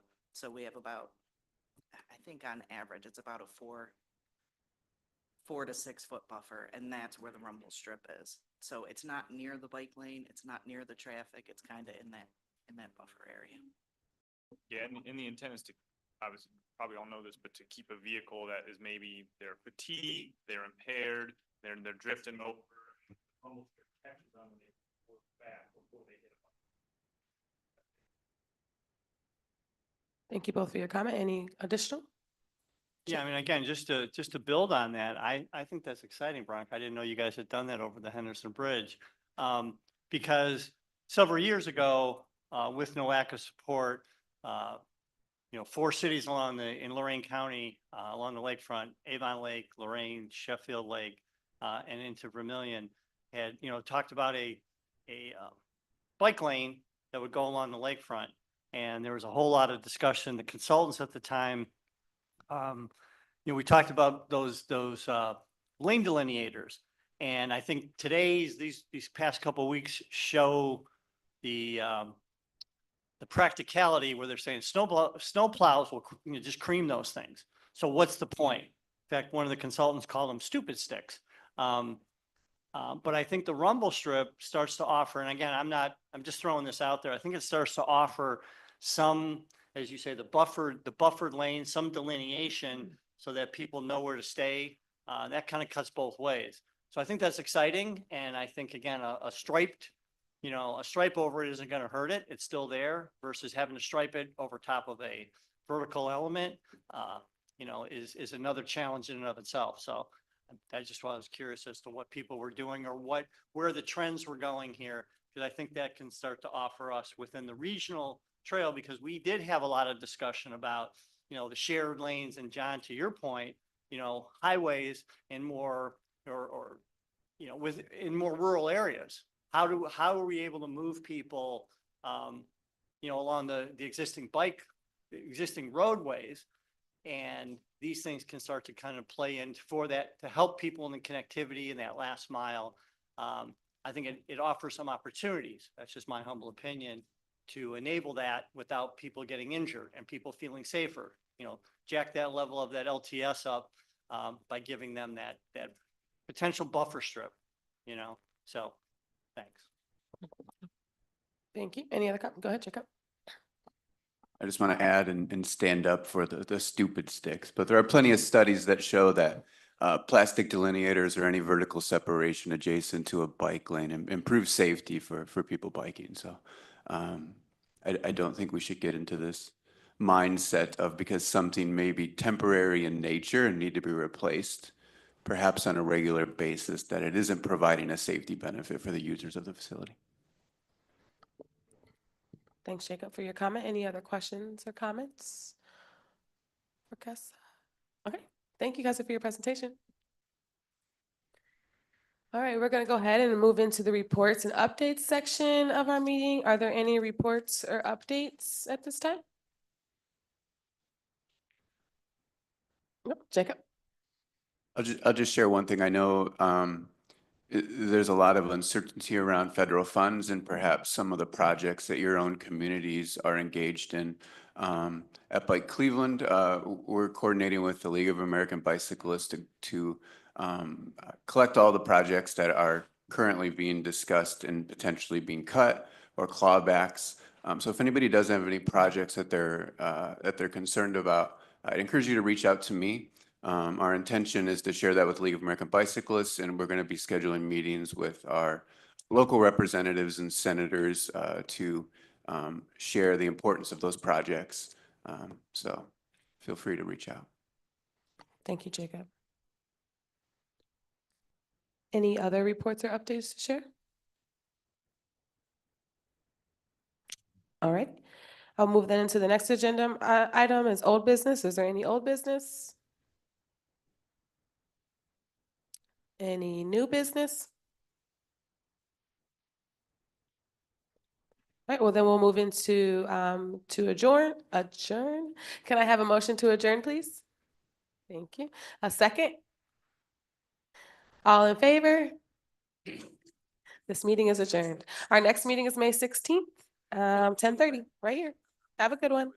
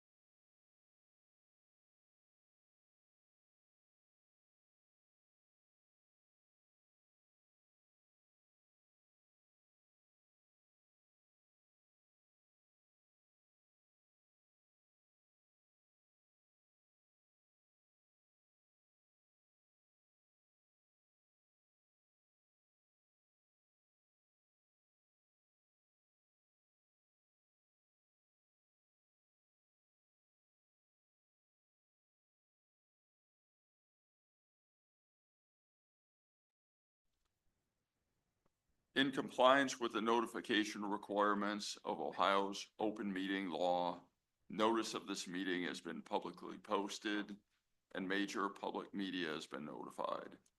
NOACA conducts its meetings according to Robert's Rule.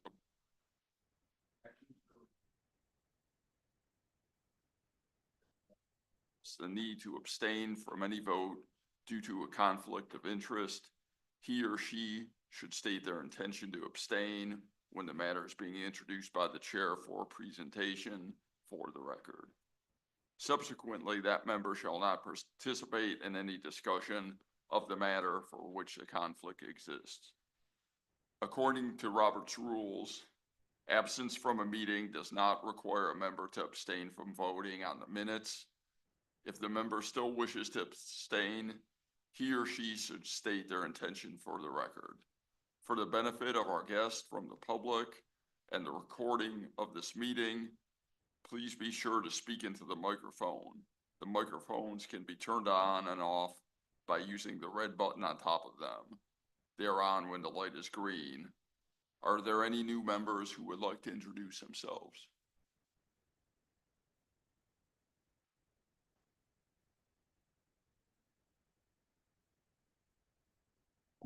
Hi, my name is Kirk Dimick. I'm the alternate for the Lake County Engineer, Alan Exley. So Alan and I will alternate back and forth. He'll be here mainly, but I'll be here in his absence. Oh, definitely, thank you.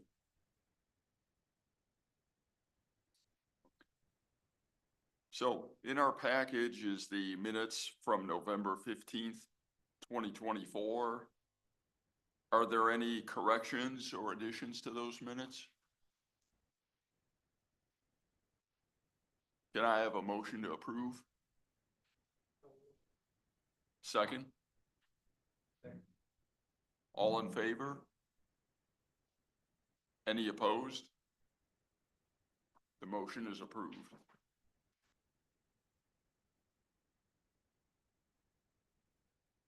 Has anyone signed in to speak today? No. There being none, we will move to the next agenda item. Is there an executive director's report?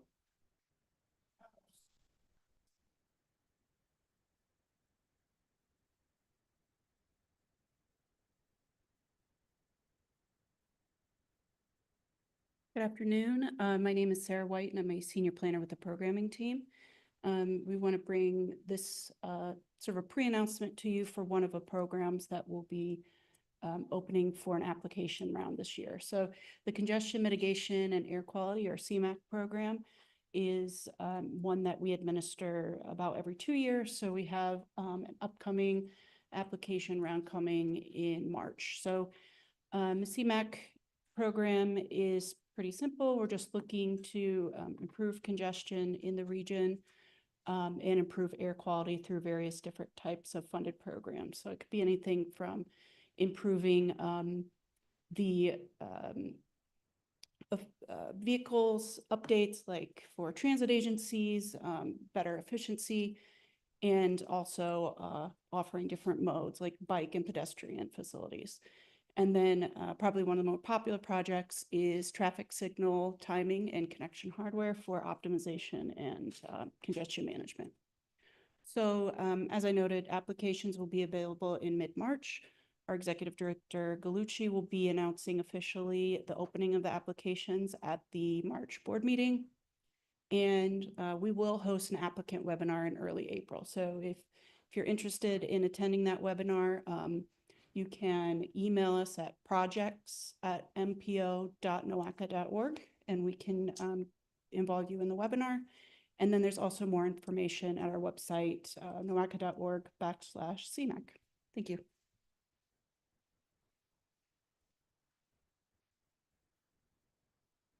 Thank you. In terms of presentations and discussion items. You've got one more. Oh. Thank you. Good afternoon. I'm Joe McDonald, Director of Strategic and Environmental Planning here at NOACA. We are happy to announce a funding opportunity through our Climate Pollution Reduction Grants Program. This is for community projects in the 4 counties outside of Cuyahoga, Geauga, Lake Lorraine, and Medina. For those of you who may not know, the U.S. Environmental Protection Agency provided a $1 million grant to NOACA and the city of Cleveland to develop a comprehensive climate action plan. This award came in the summer of 2023. Of that $1,300,000 was set aside for these community projects in the 4 counties outside of Cuyahoga. $600,000 is going to the city of Cleveland and Cuyahoga for their climate action planning efforts to support the regional climate scope. The applications are now, the process is open. You may submit anytime between now and April 14th. We will have a webinar March 13th at 11 a.m. Please go online to the website to register for this webinar. Application and webinar details are available at the website shown. And we encourage you to copy and share this link with all of your network so that we can encourage people to apply. Thank you.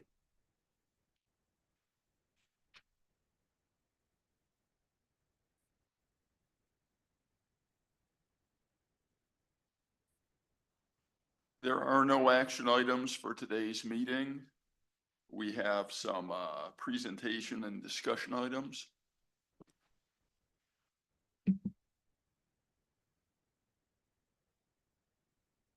First up is Bev Bursloff.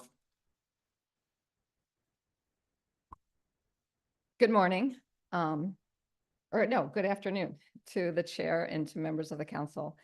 I don't usually present before this committee because I'm not part of the safety team here. I am Associate Director of Government Affairs. But the reason I'm presenting on this today is every year NOACA does something called NOACA Transportation Day. And it's really intended for mayors and county elected officials and other appointed officials in our 5-county region that are part of our NOACA network, and those who are not on our board. And that's really, that is really the point of this, is that we have our board that has many mayors and county officials, but there's a lot of mayors in our 5-county region who are not on the NOACA board. So this event is meant to be more inclusive. We reach out to all of them. And anyway, every year we choose a theme for this event. And so this year's theme, because we were hearing from a lot of mayors about safety being a big concern in their communities. Their crash rates have stayed high ever since COVID. They haven't come back down, or maybe they've come down a little bit, but not enough. So we decided that the theme of this year's NOACA Transportation Day would be safety. So I'm going to talk a little bit about the event that we held on December 3rd. So no action is requested. This is for presentation and discussion.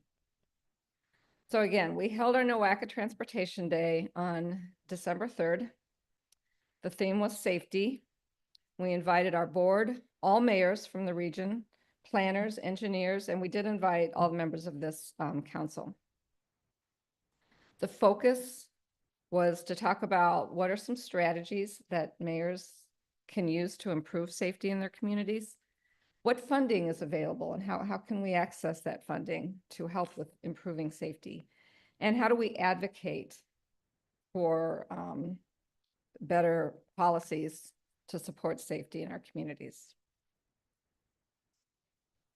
So we lined up a fairly robust agenda of speakers.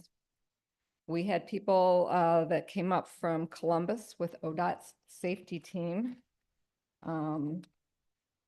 That included Kate Harley and Brent Bogard from main office in Columbus. We had Angie Schmidt. She's a local author and a planner, founder of an organization called 3MPH. And she's advocates for stronger safety programs, funding. Rebecca Byrne with the Medina County Sheriff's Office. She brought a couple people with her and they were just amazing. I'll talk about that in a minute. Tina Washkowitz is with the city of Dublin, Ohio. She's Deputy Director of Transportation and Mobility. And they have a pretty amazing program that they've been working on for years to improve safety in that community. And she spoke about that. We had Steve Peganoff from GCRTA. He's the safety person over there, and he gave a great presentation on how we can improve safety for transit riders. I don't mean so much on the bus, but getting to the waiting environments, getting to the bus stops and transit stations. And we had Jenna Thomas with Bike Cleveland. She talked about bike pedestrian safety. We also had, there's more. We had a panel with some mayors, and we chose these three people, the first three speakers here: Cleveland Mayor Justin Bibb, Cleveland Heights Mayor Khalil Sarin, and Lorain County Public Health's Kat Bray.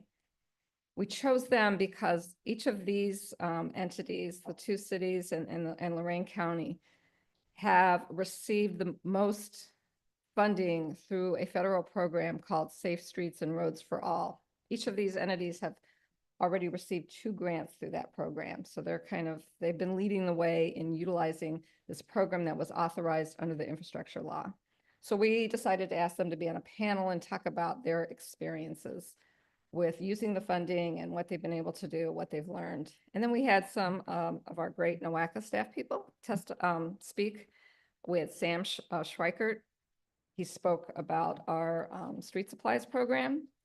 Kessa Turnbull here spoke about NOACA's efforts and some great statistics that with regard to safety in our region.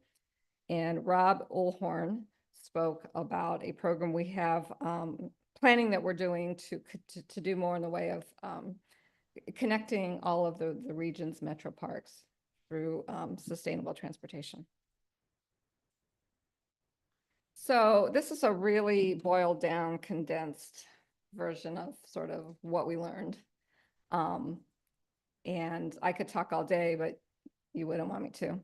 But I will say the key takeaways from the day were that ODOT is a great partner in this. We're so pleased to see that ODOT is really putting a lot of emphasis on safety. And the transportation budget that was just introduced for the next 2 years down in Columbus does focus on safety. There's a lot of funding for safety programs and safety infrastructure. So that is definitely helpful. Planning and preparation are really paramount. Safety projects don't happen overnight. It takes a lot of advanced planning and preparation. You've got the design and engineering of safety projects. You've got to do a lot of public education and outreach. And it also involves a lot of, advocacy, as well as, finding the funding to implement these projects. So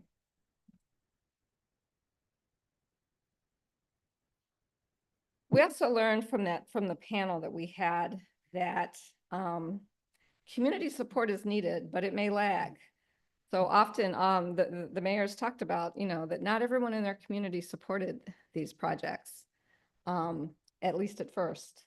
And they really had to do a lot of outreach, a lot of public,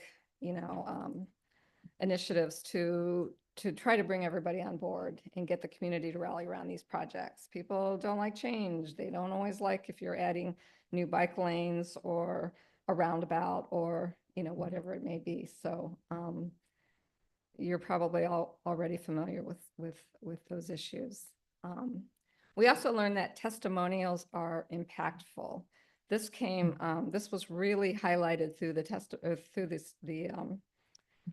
what we heard from the Medina County Sheriff's Office speakers. They talked about an amazing program that they've developed in Medina County to augment driver's ed. And they have this, it's a voluntary program so that young people, in addition to going through, the driver's ed program that is required to get their license, they offer this additional program. They've actually built a driving track, and they have police officers get in the car with kids and really help them learn how to maneuver, how to deal with issues, how to, sort of steer out of a slide on ice or that kind of thing. So it was, but they have this video that if you're in the mood for, a good cry, go to their website, and there's a video that talks about what led up to creating this program. And there's testimonials from parents who've lost children. It's very impactful. I think if we all see that, we all want to, do more for transportation safety. So very, very helpful testimonials. And then we also learned that emerging technologies can be helpful. There's certainly pluses and minuses, but we think that down the road, a lot of new technologies will help us improve safety. We heard some talk about that at this event. We did outline what NOACA's existing safety initiatives are. Of course, we have our SAVE plan, which is our comprehensive safety plan for the region. We have community safety reports that we put out. What are those, every 2 years, Ellie?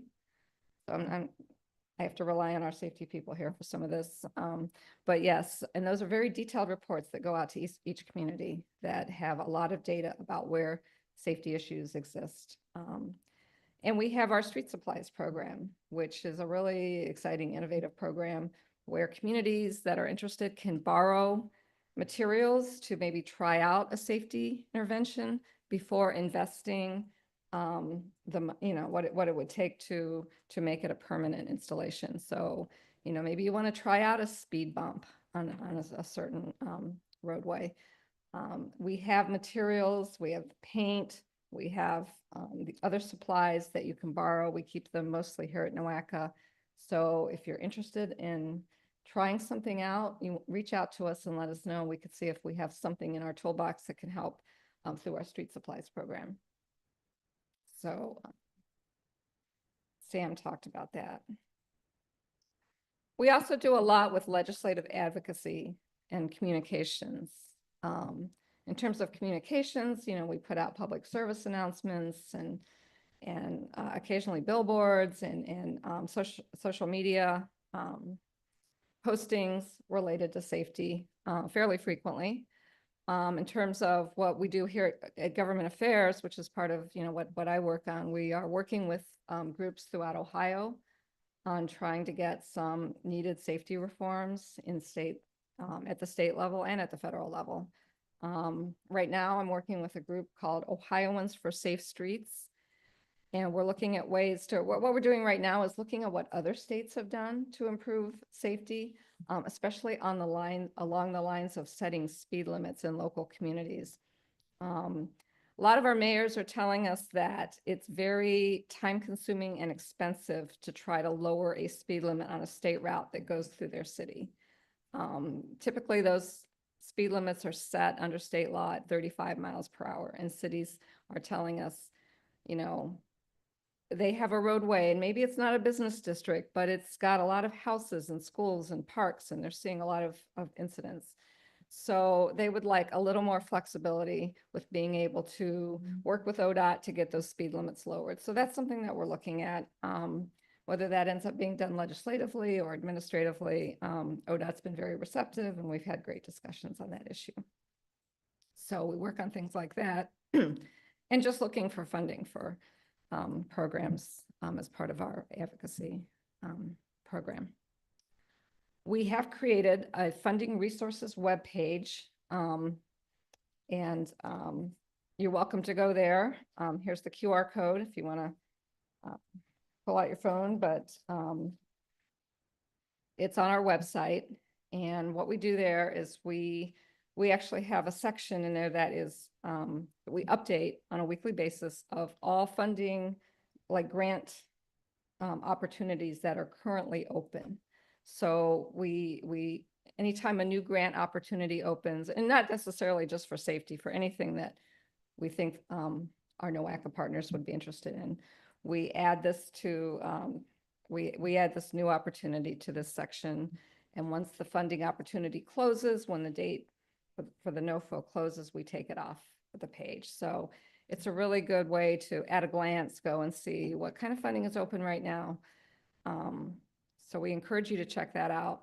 And I will also say that in terms of what NOACA already does, we definitely and always prioritize safety in our long-range plan updates and our tip development, which is our list of our four-year upcoming projects.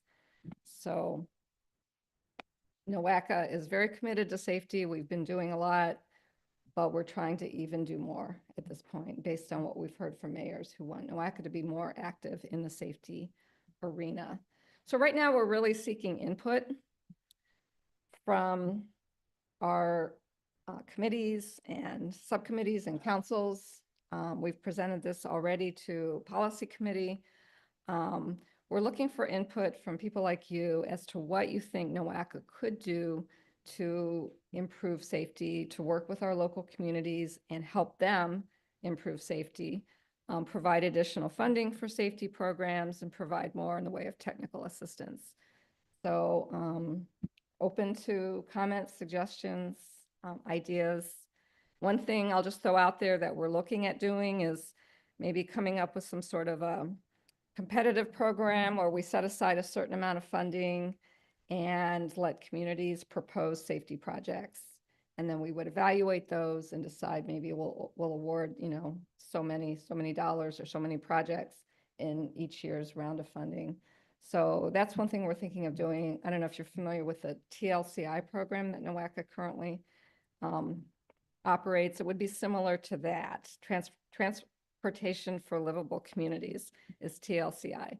So we would do something along those lines maybe, but focused on safety projects. So that's just one idea. We haven't really advanced this very far yet, and we just wanted to bring it to this council since this is what you all do, and see if you had any thoughts, ideas, suggestions. Through the chair. Me. Okay. I was just gonna say, pass a law stating that all bicycle riders need to be off their phones. You do that, you probably get rid of most of your accidents. Cause that's what I end up going and seeing most of the time with the bike riders going around. So they're always on their phones, going and looking at the music or texting or doing stuff like that. I have no clue what's going on around them. And also enforce the fact that bicycle riders are supposed to maintain traffic laws, which I go into work every single day, and there's a bicycle rider who goes opposite against traffic under the opposite lane in order to make a left-hand turn on red. So, we end up going enforcing safety, actual traffic laws on bicycles and making sure that they aren't on their phones. I bet you there'll be a lot less incidents than we end up having. Certainly education is important for all users of our transportation system. Jacob.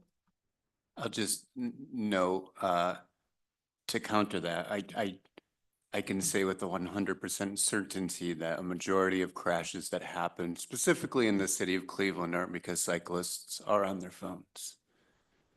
We've reviewed every single crash in 2024 in the city of Cleveland, and very few found bicyclists or pedestrians at fault for the crashes that resulted in many times fatalities and very life-altering serious injuries. So just wanted to make that point known. On the issue of distracted, drivers, riders, I will say that NOACA, one of our bigger advocacy pushes over the last couple of years was we strongly supported the governor's distracted driving law for drivers, and that has now become law. And ODOT is reporting, a fairly significant reduction in crashes that they believe those numbers are coming down due to this new law. So distracted driving is an issue. Driver education is certainly important. Put down the phone, no question.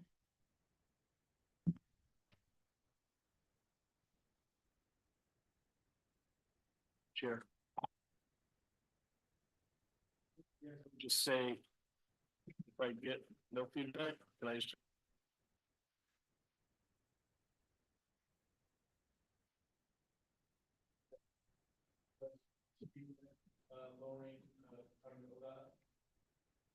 Just make sure it's left to.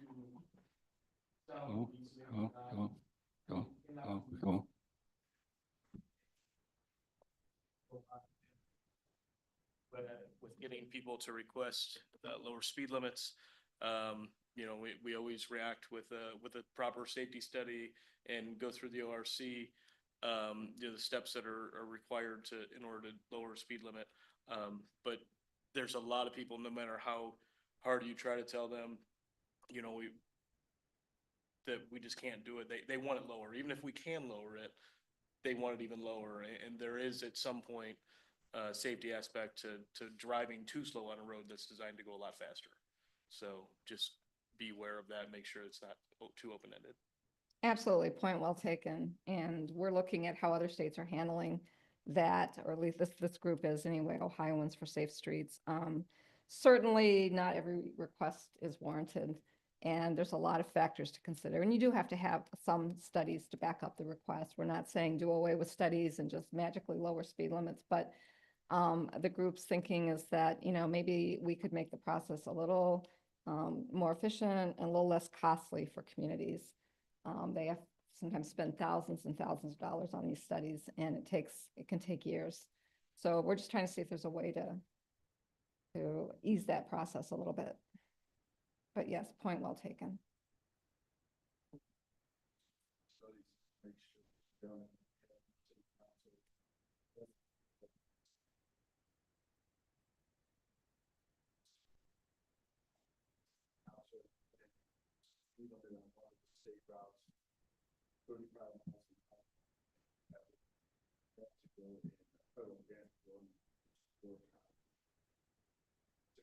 Bridge over there. What I said, well, you need to raise up the speed limit back to where it's supposed to be. Because council had it legally on and lower the speed limit without any reason and without telling them.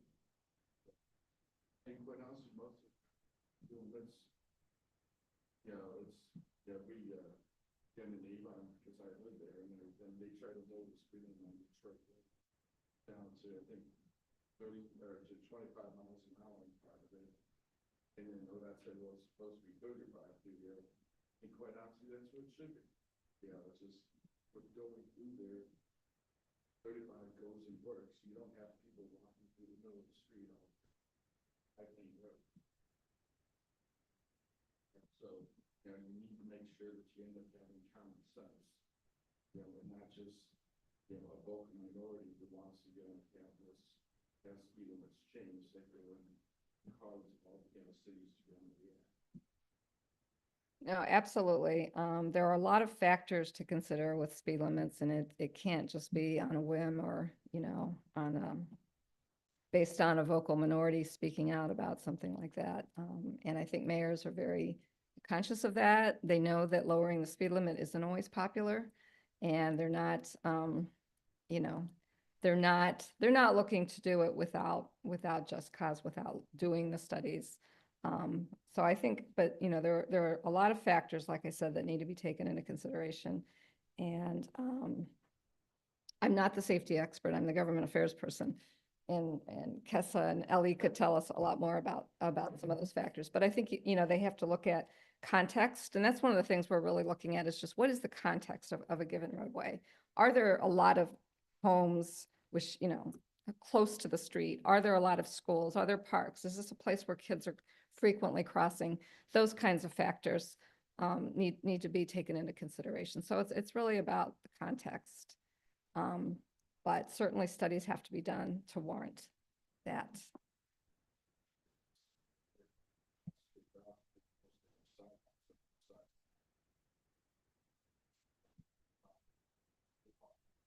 Okay.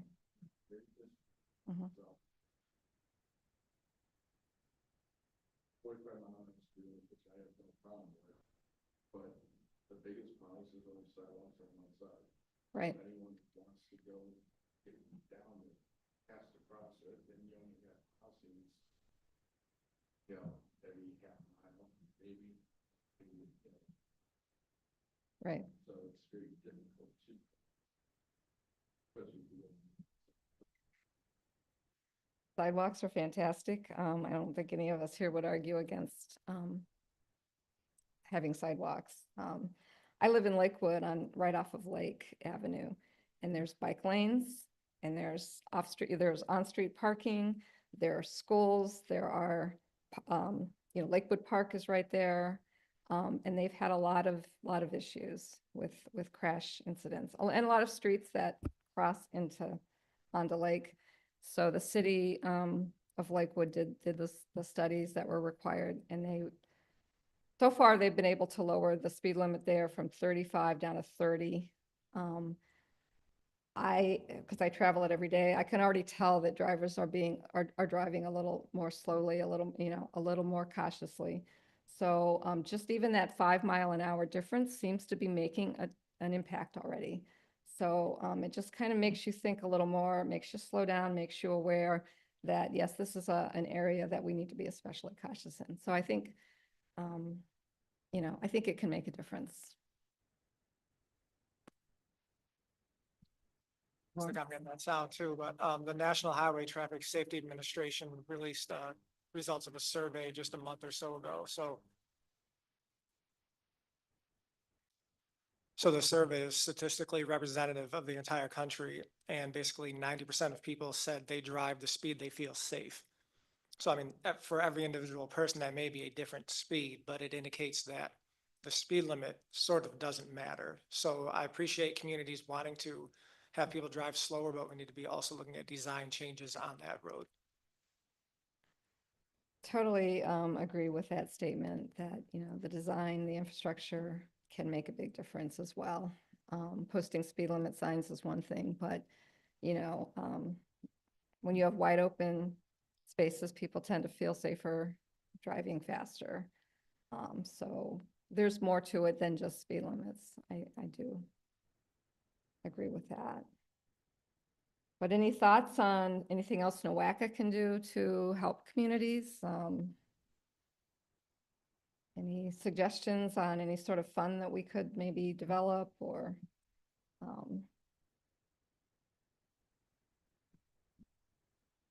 Yeah, hey, this is Scott with ODOT. Scott? If NOACA had a pot of money or a task order consultant that they could hire to help communities out with smaller level traffic studies that, including speed studies and other, just small intersection studies type of thing might be utilized. I think that's a really good point, and a lot of our communities don't really have the cash to do those kinds of studies, so especially the smaller communities. So that's a great idea. Backing up what Scott said, ODOT has our own safety funds, the HSIP program. Mhm. And to tap into some of those funds requires a traffic study. A lot of times, the communities that need access to them most tend to be less affluent communities. Definitely.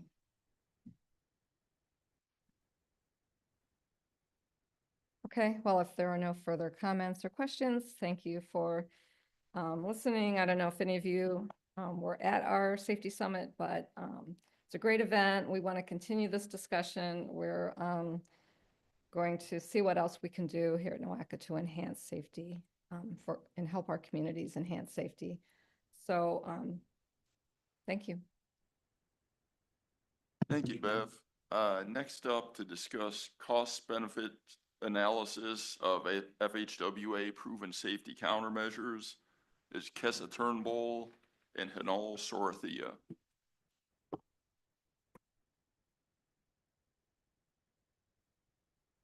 Good afternoon. I am here to discuss NOACA's cost-benefit analysis of selected Federal Highway Administration's proven safety countermeasures that is being done as part of the update of our community safety reports.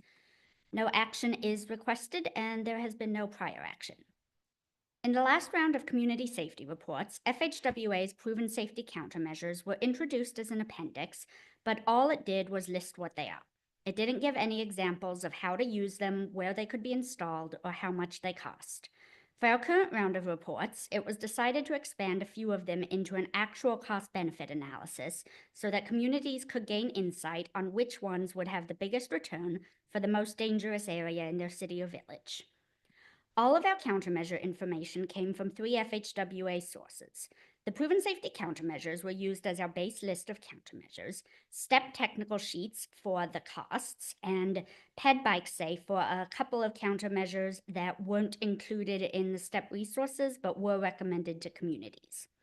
Crash data came from ODOT's GCAT tool utilizing 22 and 23 data for the reports themselves, which is where the segments with highest predicted crashes were chosen. And AstroWare was used for a 2024 crash analysis used to determine an economic cost of a crash that I'll discuss later.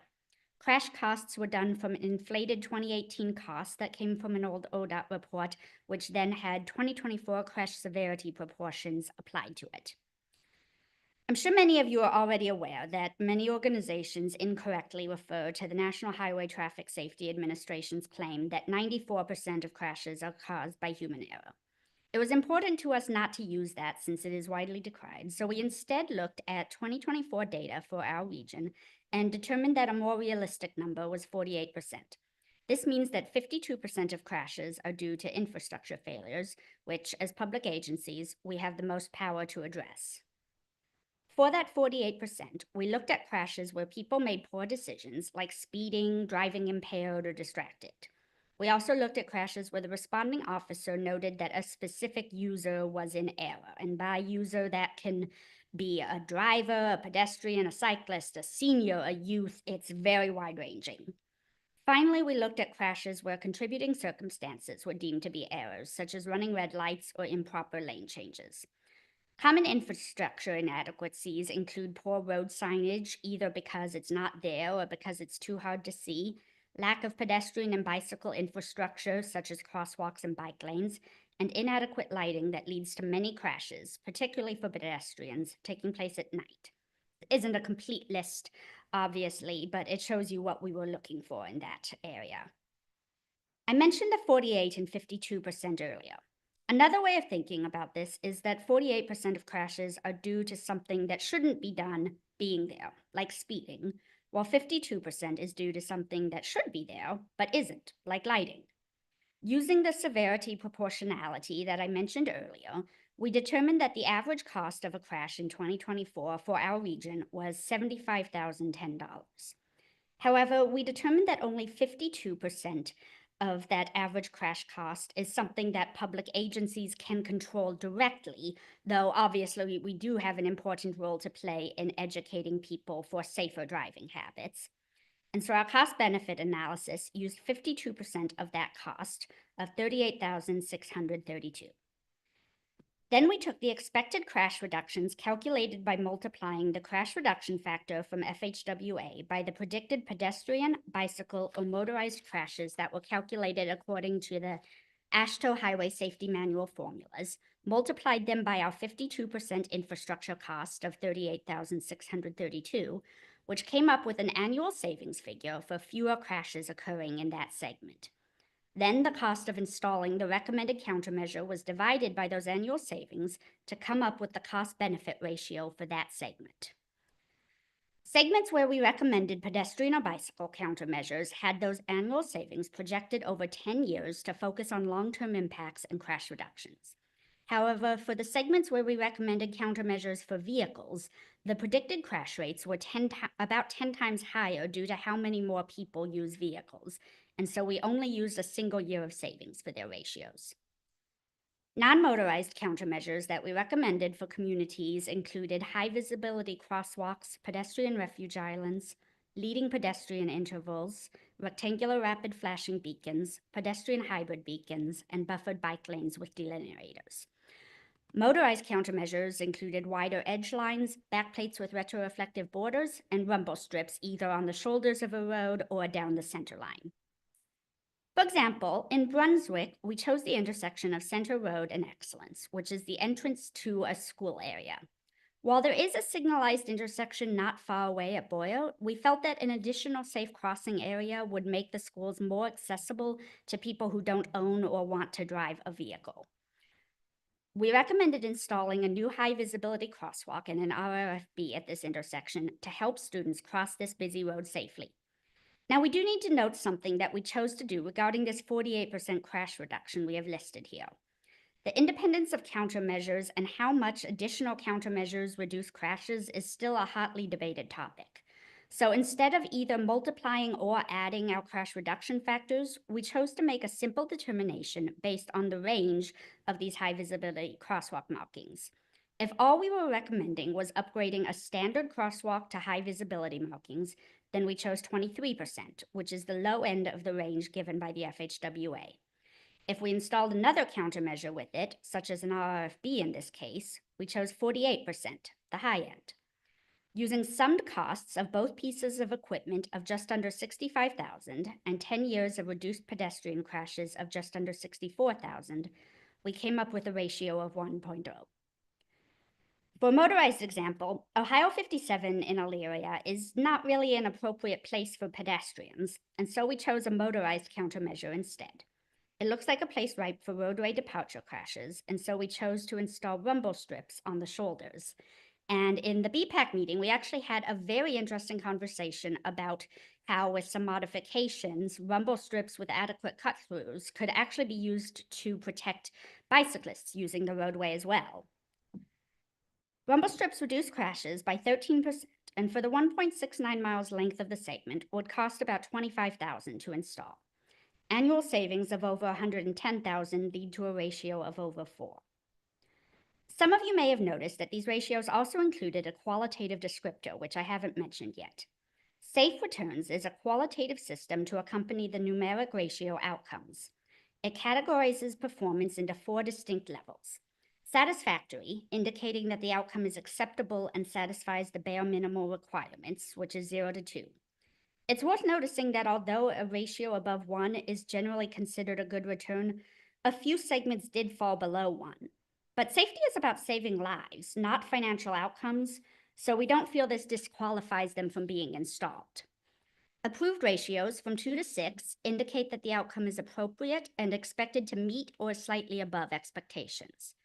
Favorable is 6 to 10 and indicates a solid result that is better than predicted.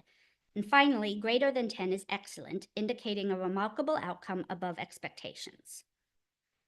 These are all the ratios of all the segments that we suggested countermeasures for. As you can see, it's a very regular chart. There were a few ratios on both the lower and higher than ideal ends, but the majority of our countermeasures ended up in a respectable range. We feel this strengthens the financial argument for installing them even beyond the moral obligation of saving lives, and lends strength to the processes we used, despite being non-standard. Like Bev mentioned earlier, NOACA is exploring the idea of creating a new safety fund to cover the costs of future safety measures. This fund would be directly tied to the expenses of implementing various safety improvements. The goal is to ensure that there's a dedicated financial resource for these projects. By establishing the fund, NOACA aims to make funding safety initiatives more efficient and reliable. It would help prioritize safety measures and ensure they can be quickly put into action when needed. Ultimately, the fund would support long-term road safety and benefit the communities in our region. For next steps, NOACA will continue to evaluate the feasibility of funding a new safety program. Thank you for your time. Thank you, Kessa. I had one question. In terms of, it looks like the safety benefit, I think, was taken as the crash cost times 0.52 of that being the portion you allocated as due to infrastructure. Now, if we use the FHWA crash reduction factors, is that across where they found conditions where they found the infrastructure lacking? So originally, I specifically tried to choose countermeasures that would apply to all levels of crashes rather than just injury crashes or something like that, bluntly, for simplicity's sake, because as you can imagine, this is a lot of work for just me and I needed simplification where I could find it.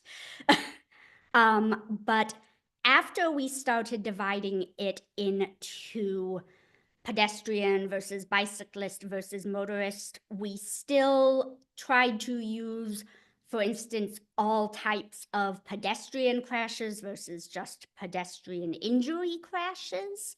But we did differentiate them in that way.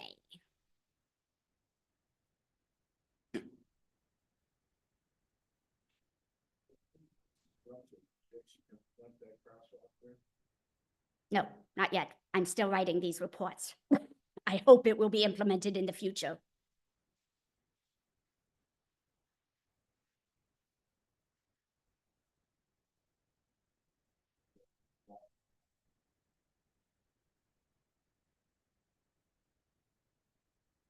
Awesome idea. I'm going to bring that up.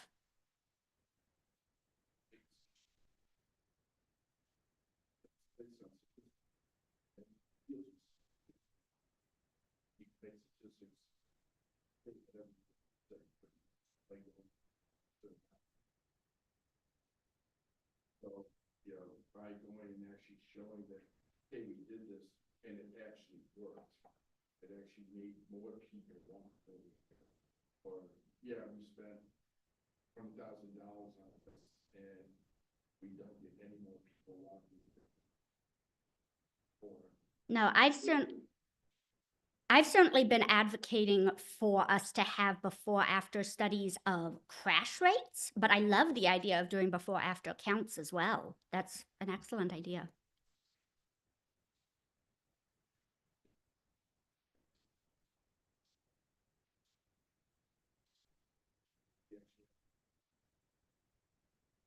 And I know generally the places that have done the studies find that, yes, we do, but I would love to have some for our region specifically.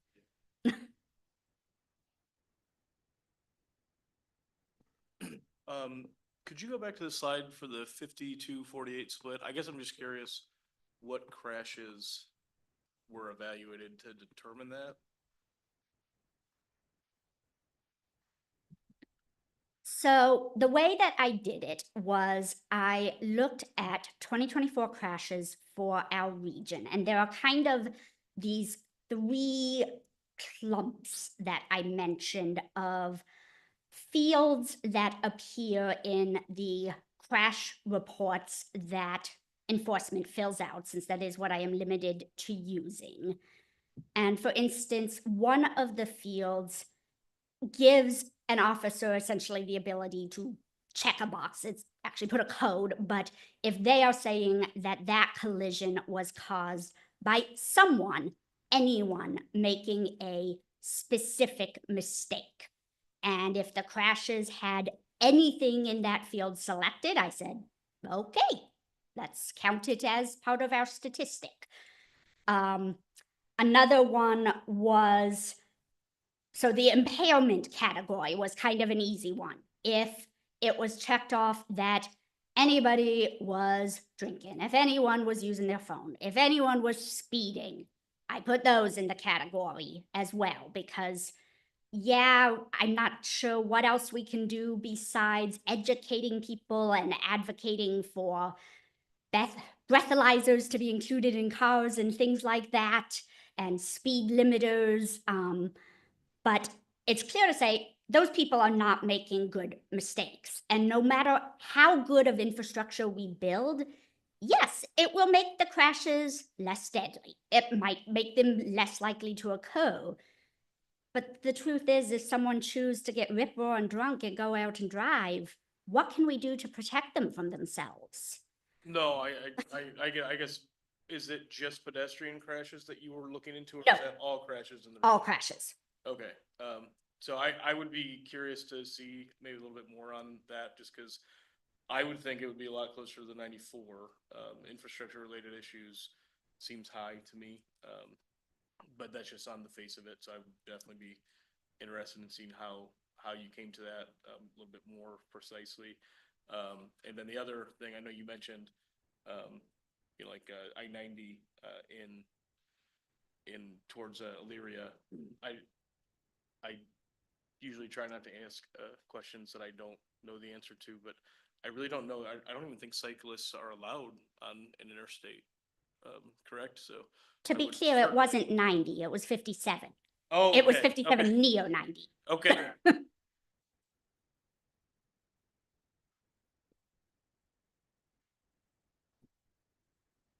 So the whatever, the potential projects that you studied, are these going to become real projects? We hope so. Are they funded, or is this going to be part of some other grant application that you're preparing, or how's that work? I mean, if there's some that have this, high rate return, it sounds like a great thing to do, but are they going to get done? Well, as Casa mentioned, we are doing this 2 years ago when we started the first time safety committee reports. We mentioned these countermeasures. Yeah. Then this time we started evaluating for the community, but this is a planning report, it's not an implementation report. We are providing this information to the communities. And when the communities see, for example, this kind of percentage return, then probably they'll come back. As Casa mentioned, we are trying to get some fund available for a community to come back, and then we can provide we have got now fund for TLCI implementation. We can have that kind of things for the safety.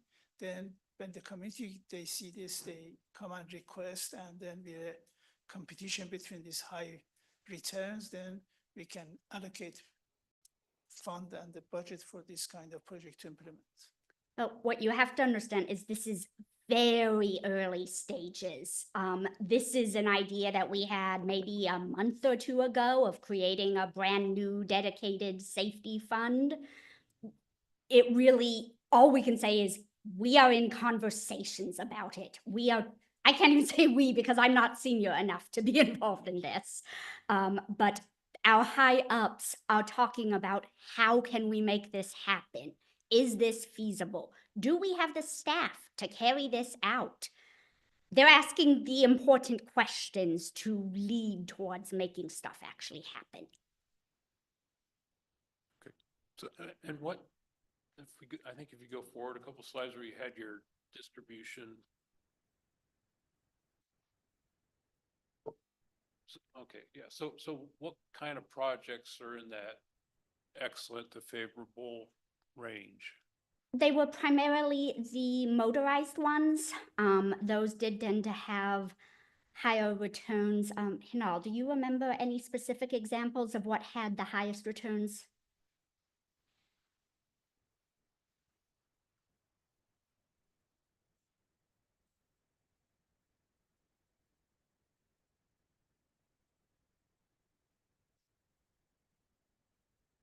Mhm. Yeah, I think it would be good, for project sponsors to know the kinds of things that have a real high return. Yeah, and like I said, the motorized ones in general have significantly higher returns, but the caveat that I really strongly want to apply to that is that it's because, what is it, like 92% of the region drives as their primary form of transportation. And so the base numbers are so much higher. But as a multimodal transportation agency, part of our job is also to think about how can we balance those modes. And so I definitely would not want to go into this and say that we should only install the motorized countermeasures because they have the highest returns. Because for one thing, all those motorized drivers have a metal shell to protect them, and non-motorized users don't.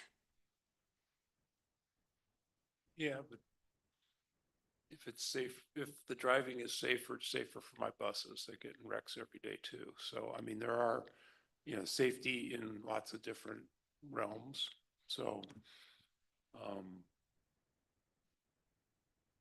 yeah, people have shells, but 1,000 people get killed in Ohio roads every year. So that's not a good thing.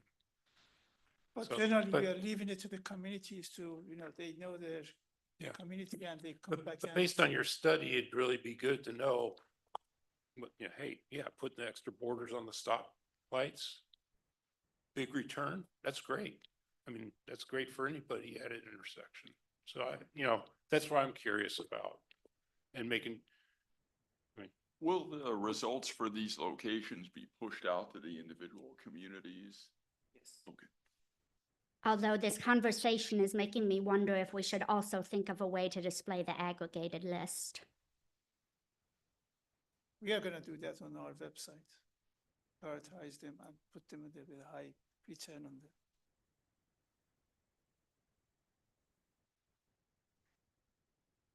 I love the idea of, an extra fund to do something like this, but that money is not always available. Whereas, our chair mentioned the Highway Safety Improvement Program, STBG, CMAQ, CRP, pretty much all federal funding is already available for safety projects. So they just encourage NOACA and all of our communities to be aggressive in implementing these things, even in the absence of a new NOACA pot of money.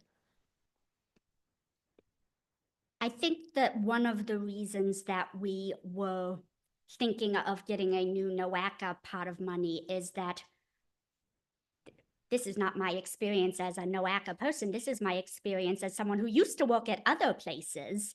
And knowing that federal money often has a lot of administration attached to it, that's not a shocker. And for small communities, it's a real burden. Cleveland, Haynesville, Lorraine, they're great at getting federal money. But for our small communities, our rural towns, they might not have someone who knows how to administer a federal fund. And hopefully we can help them out. Can you go back to the slide on the 57 in Illyria, if you don't mind? Yes, I'm just trying to remember what direction I'm going. This one or the one before? That one's good. Thank you.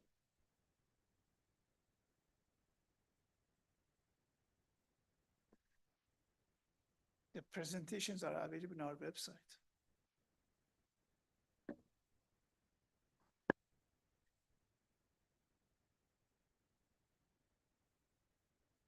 All right, very good. If there's no other questions, thanks a lot for the info, Kessa.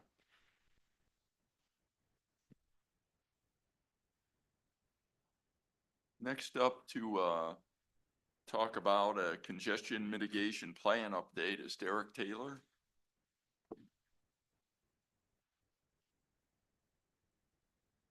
Good afternoon. I'm going to be talking about our congestion management plan update. No action requested for presentation only. Previously, the congestion management plan objectives and performance measures were developed as part of our last long-range plan. So this is why we're going through an update now, because we're updating our long-range plan this year. So here, as I said, we're updating the eNeo 2050. It's now going to be referred to the latest new plan will be eNeo 2050 plus. And then as part of that, the congestion management plan is a section of the long range transportation plan. That's part of the bigger long range plan document. Obviously, it focuses on traffic congestion and trying to manage that. We also plan, our plan involves evaluation in the 3rd year and 6th year of the decades that you'll see. We have performance measures for each of the decades going out to 2050. So it's designed to be an iterative process. We, as you make progress on certain metrics, you want to compare what your goals were and then, adjust them accordingly. So these two evaluation points are meant to do that. The congestion management plan consists of a number of different steps. First is setting out, objectives and then performance measures to, for lack of a better term, measure those objectives against. Then there's also a component of analysis of the network and the system to find those bottleneck and choke points and congested areas. And then you get to the bottom 3 points where it's more, programmatic, where you're, designing strategies or, and then implementing and prioritizing projects. And then at the very end, to do some sort of evaluation to see how everything worked collectively as well as for each individual project. And then it loops back to the beginning. As I said, it's iterative. You know, we evaluate the program, the plan to see how it's operating. Do we need to adjust measures? Do we need to adjust objectives? Things like that based on the progress that we've made going forward. So here, there's a number of different objectives that I'm going to be discussing. Some of them were in the previous plan and now we're just updating them. And there's also a handful of new objectives that we're adding to the plan, as well as the performance measures that go along with that. So the first objective on the list is to reduce the percentage of total vehicle delay during the typical AM and PM peak periods. AM and PM peak periods are the majority of when the congestion occurs in our region. So that's why those have been selected. And when it comes to delay, it's really just a comparison of, you know, you have your free flow speed as compared to your congested speed. What's the difference there? How much time are people losing in their vehicles due to congestion? And as you can see, we have the metrics that were in the original 2050 ENEO 2050 plan are there. We had a 14% percentage of vehicle delay during those periods. The target was to decrease that by 2. As you can see now, those targets in 2020 were established during or prior to a lot of the COVID traffic changes that were happening. So now you see the new measure that we've recently calculated is 9%. So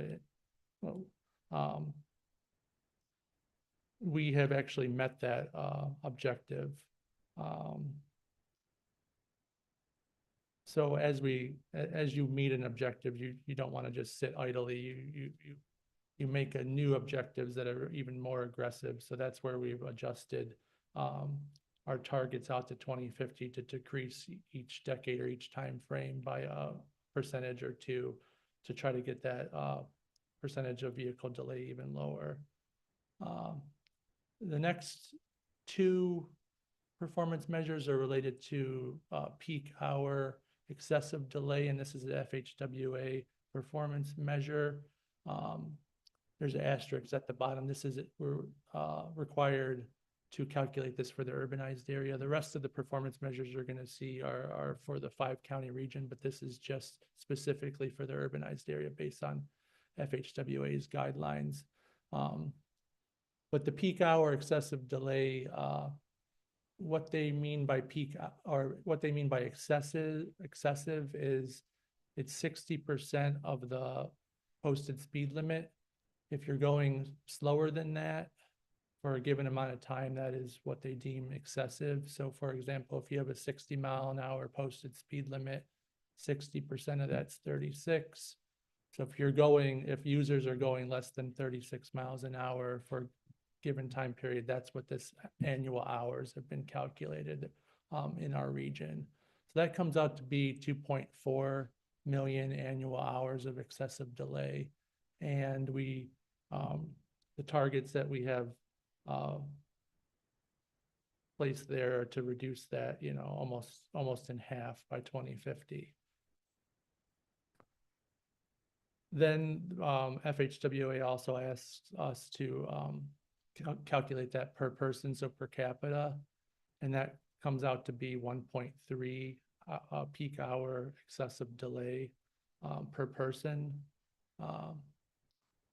which actually doesn't seem like a lot when you think about some maybe other metro areas. If you're only losing, and this is again excessive delay, if you're only having excessive delay of 1 hour or just over an hour for an entire year, it's not terrible. But there's still, obviously, that's anytime you can reduce that excessive delay is warranted. So our targets are to reduce that to be under 1 hour out to 2050.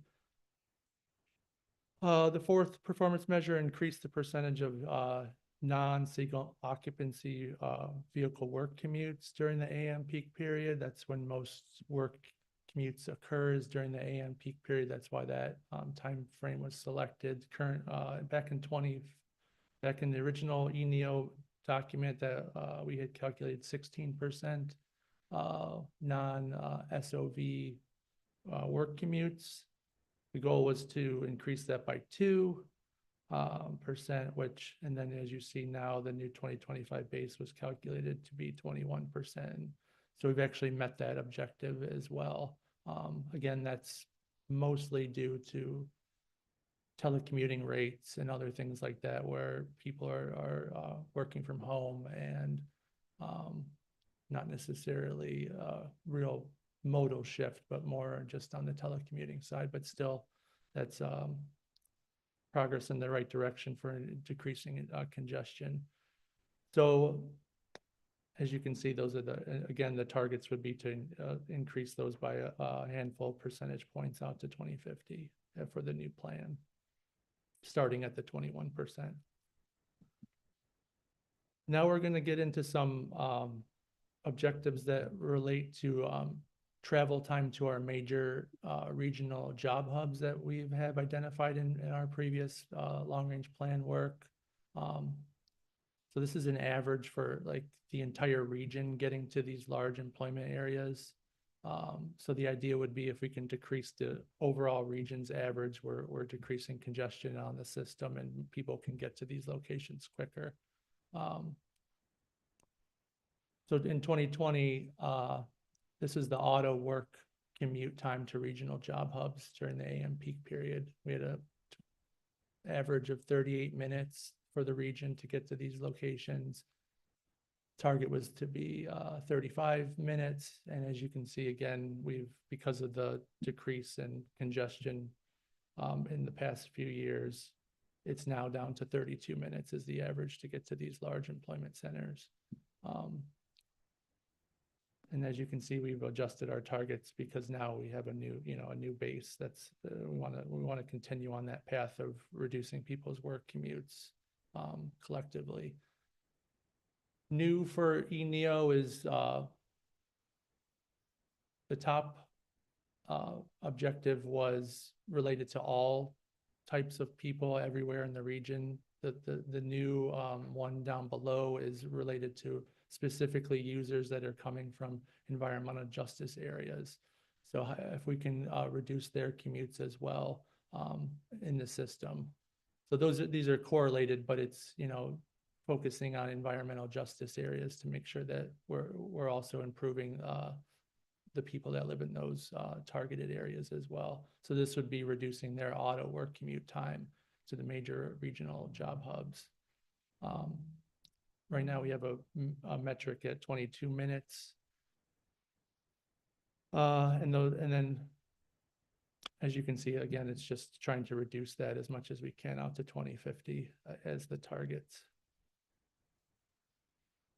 Now, this is the same kind of metric, but related to transit. Now, we have two types of ways that most people access transit. It's either by walking or biking or some sort of non-motorized mode to get to the transit stop. And then there's driving to, say, a park and ride location or driving to a transit location. The driving will come next. This is related to the walking accessing because the travel times are obviously going to be different if you're walking, and you have to be closer to transit to be able to walk just in a realistic situation. So this is average for again, the top one is for all areas in the region, and then the bottom metric would be just specifically for environmental justice areas. Previously, we had only looked at the transit for EJ areas in the past plan, but we thought it would be good to look at all users as well for this important objective. So you're currently for the walk access for all areas, it's 82 minutes by transit to these major locations. And again, to try to reduce that 5 or 6 minutes per decade. And then from EJ areas was at 61 minutes.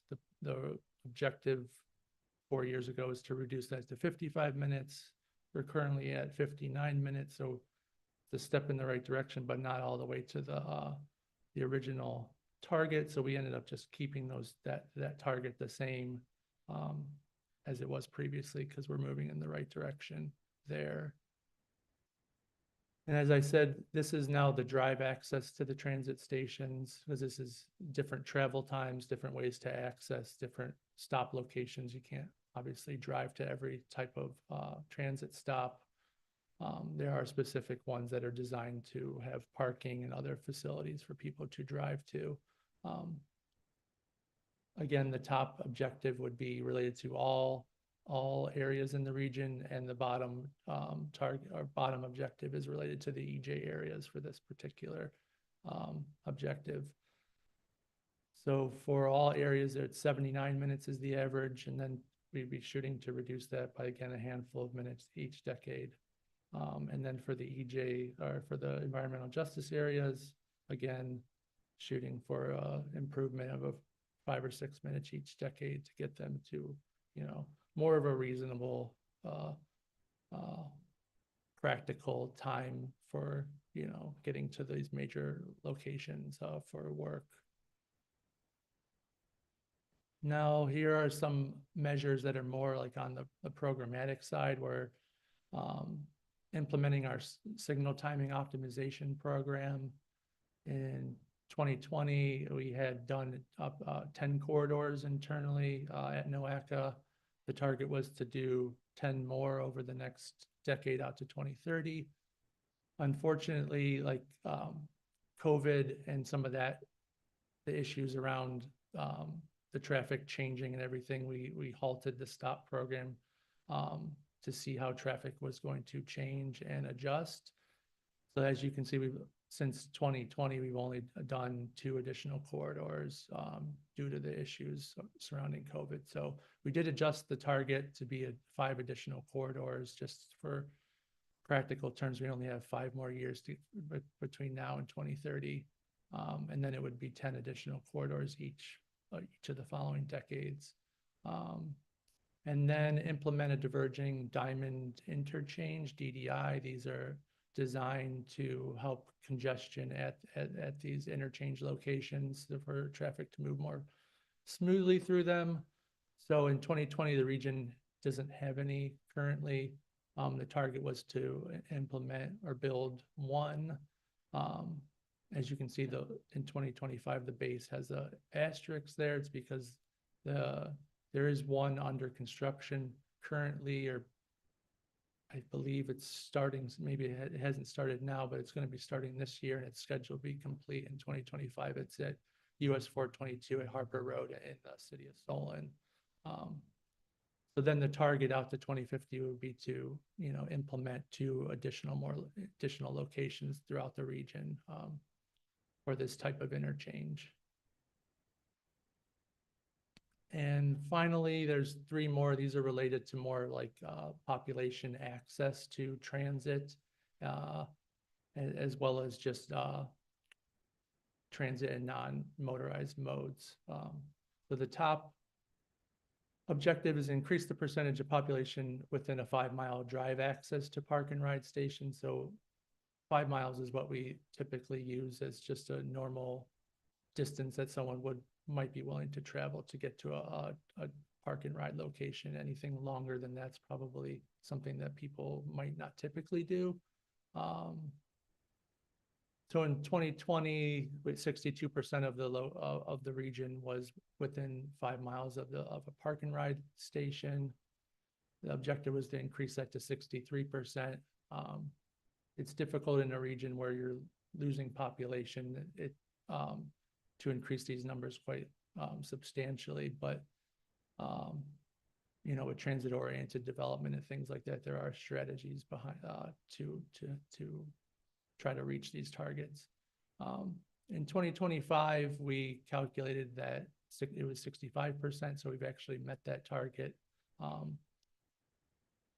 then, like every other one we've talked about, where the targets would be to increase that from 65% onwards up to 70%.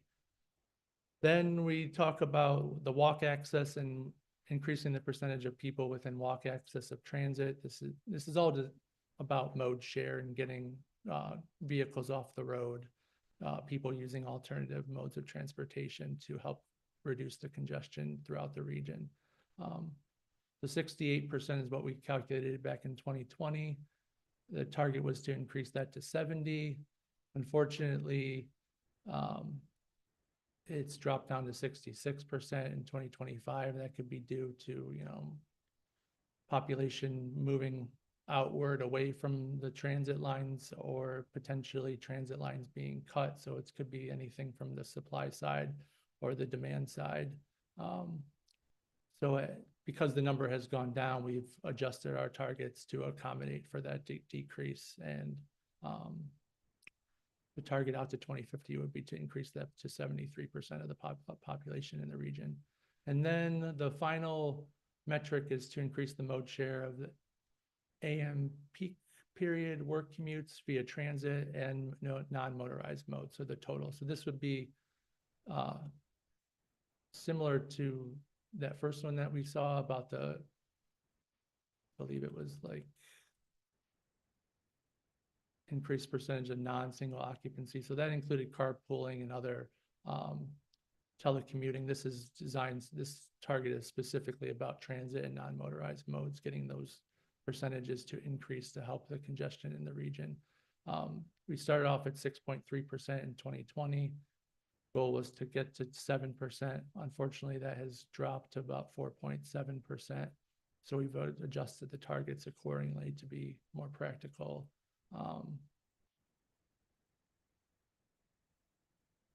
Now, as I mentioned at the beginning, there's also the piece, once you develop the performance measures, you also want to evaluate the network and analyze the network to find these congested corridors throughout the region, calculate any sort of congestion costs, and then develop strategies for mitigating the congestion. This is what we found these are just highway segments, so freeway segments in the AM period and the PM period. And again, as Ali mentioned, these presentations are available online. So if you want to zoom in on these maps, there are arrows that show you the directionality of where we're estimating the congestion is located at.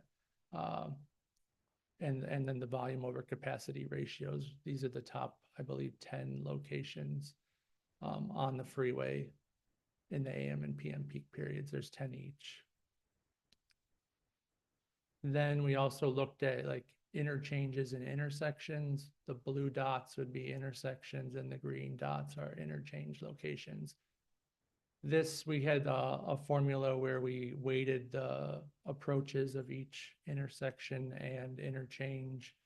And these were the locations that had high congestion at most of the approaches at an interchange or intersection, or very high in certain, maybe 2 or 3 of the directions.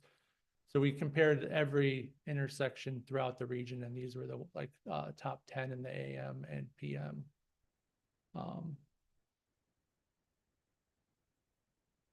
So the idea would be, now that we've identified these, to then go in and develop strategies or develop some projects surrounding these locations to find out what can we do to help with the congestion at these locations. So we will continue, the next steps are continue to evaluate the progress towards these objectives, using the latest congestion data. And then we'll continue to update this council on our congestion planning progress. Any questions or comments? Derek, could you back up to the slide that talked about the DDI?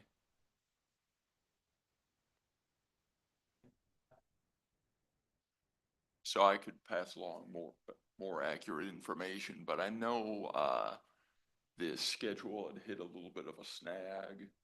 So I could pass to you, Ali, and you, Derek, updated information then. Okay. Yeah, that'd be helpful. Thank you. Most of this data comes from our travel demand model, where we've calibrated it to match current traffic. So especially on a lot of the travel time, it's a very, very strong tool when it comes to measuring travel time to and from locations throughout the region, as well as the mode share and all that stuff. We have a pretty pretty great tool that's been calibrated for current traffic that we can evaluate a lot of these different measures. That's using like phones or the vehicles themselves providing that data, right? Well, I'm sorry. That's using people's cell phones or the vehicle, so you're actually getting like real data. You're not- No, this is all estimated based on our calibrated model. When Derek says sorry, go ahead. Rob, could you, use the mic?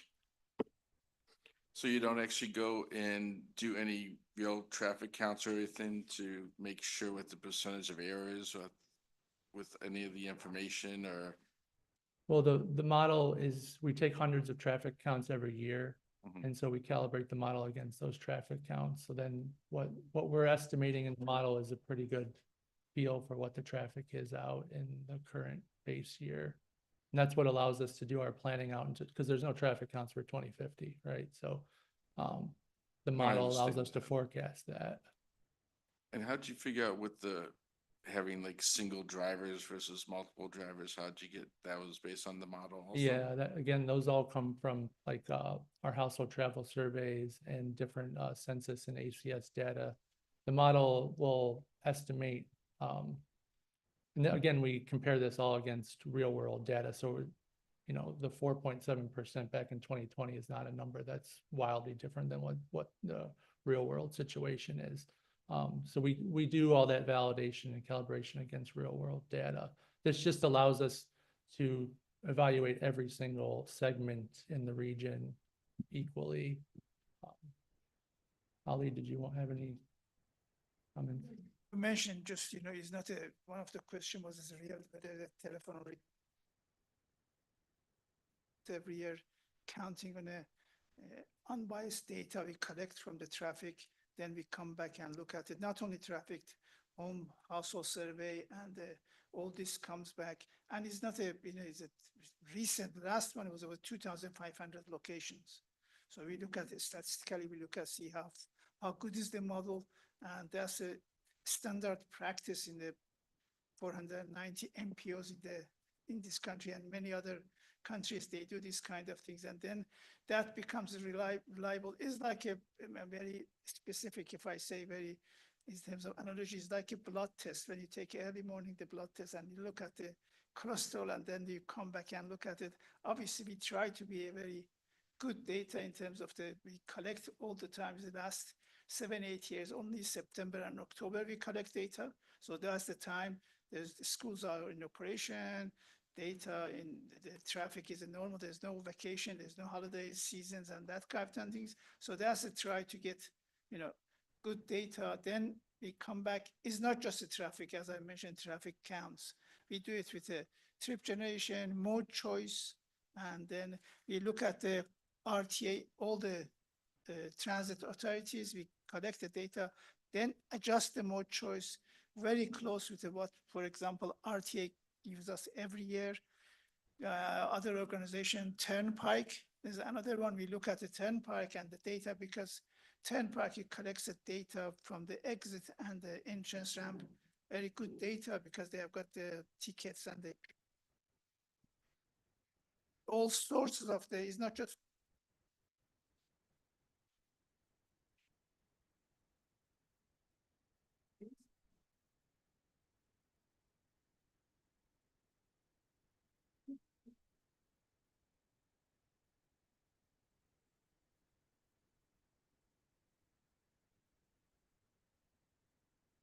right.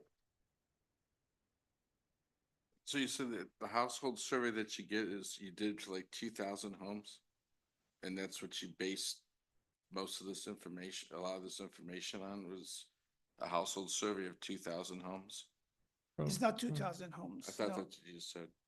No, that I'm saying the households that we updated every 10 years.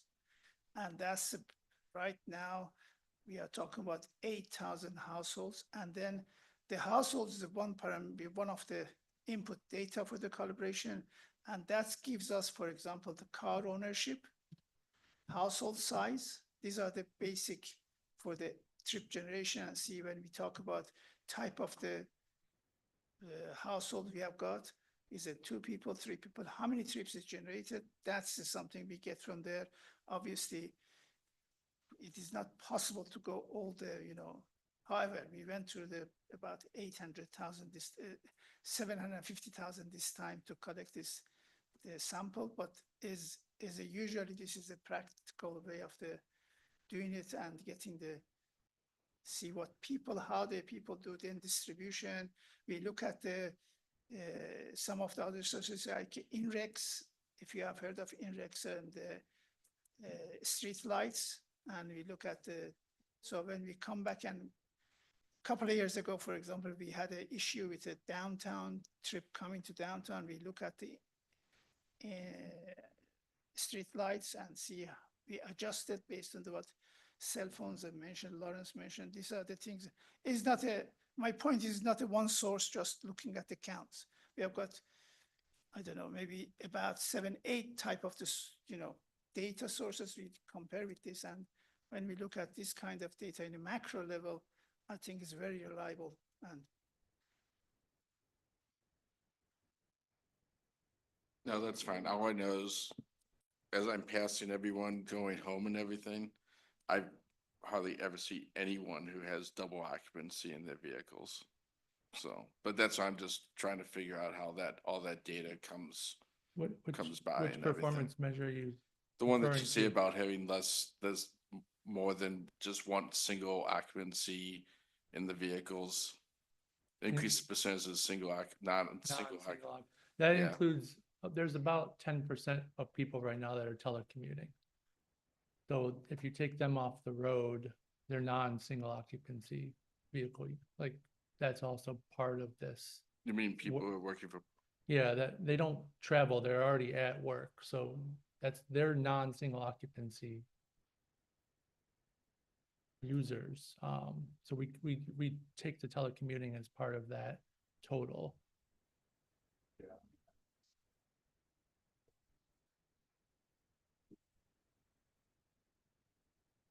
They used to drive though, but they used to. I mean, is increased from the before COVID from 4% to 15, 16, 11%. But one of the sources we used for this kind of performance measure is the ACS, which is, again, recent one Derek looked at is about 2023. You look at that. So when we calibrate the ACS, it was a recent 2023, and looking at this. But one more thing I'd say about this tool is not just just a exercise in Excel. The model has got 100,000 links for 100,000 segments, and is about 30,000 zones, neighborhoods. Then it takes about 24 hours every time we run the scenarios, and it goes through one of the largest servers I have seen in my life is here, and this goes for the 72 has got processing power, and we can use that, and we are using that. And as I said, this is simulating all the trips. It's not something Derek sits behind the Excel file and decides. It's not like this. It's a very complicated, and it's got about 10,000 scripting line and programming line to simulate all this. yeah, when it comes to, this is a congestion management plan. So whether it's taking vehicles off the road due to mode shift to transit, or mode shift to bike and walk, or mode shift to because they're telecommuting, those are strategies to reduce congestion. So if we can increase the telecommuting rate, congestion goes down in the region. So it's trying to be comprehensive when we think about congestion is what this plan is about.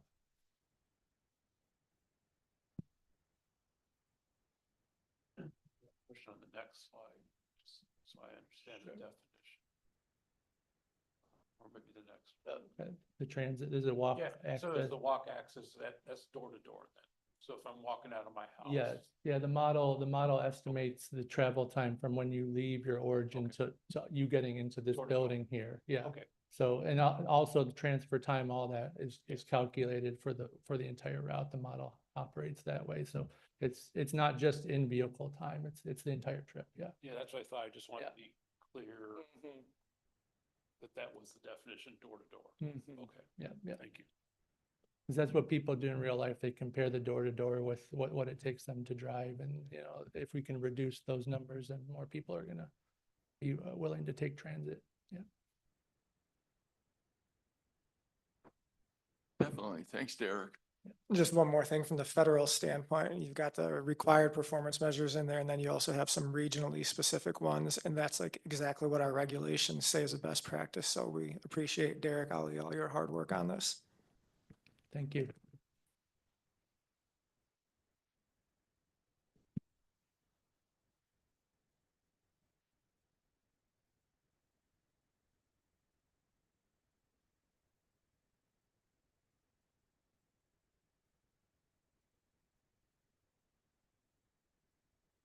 Is there any old business? Is there any new business? Well, if that's the case, could I have a motion to adjourn? A second? All in favor? The meeting is adjourned.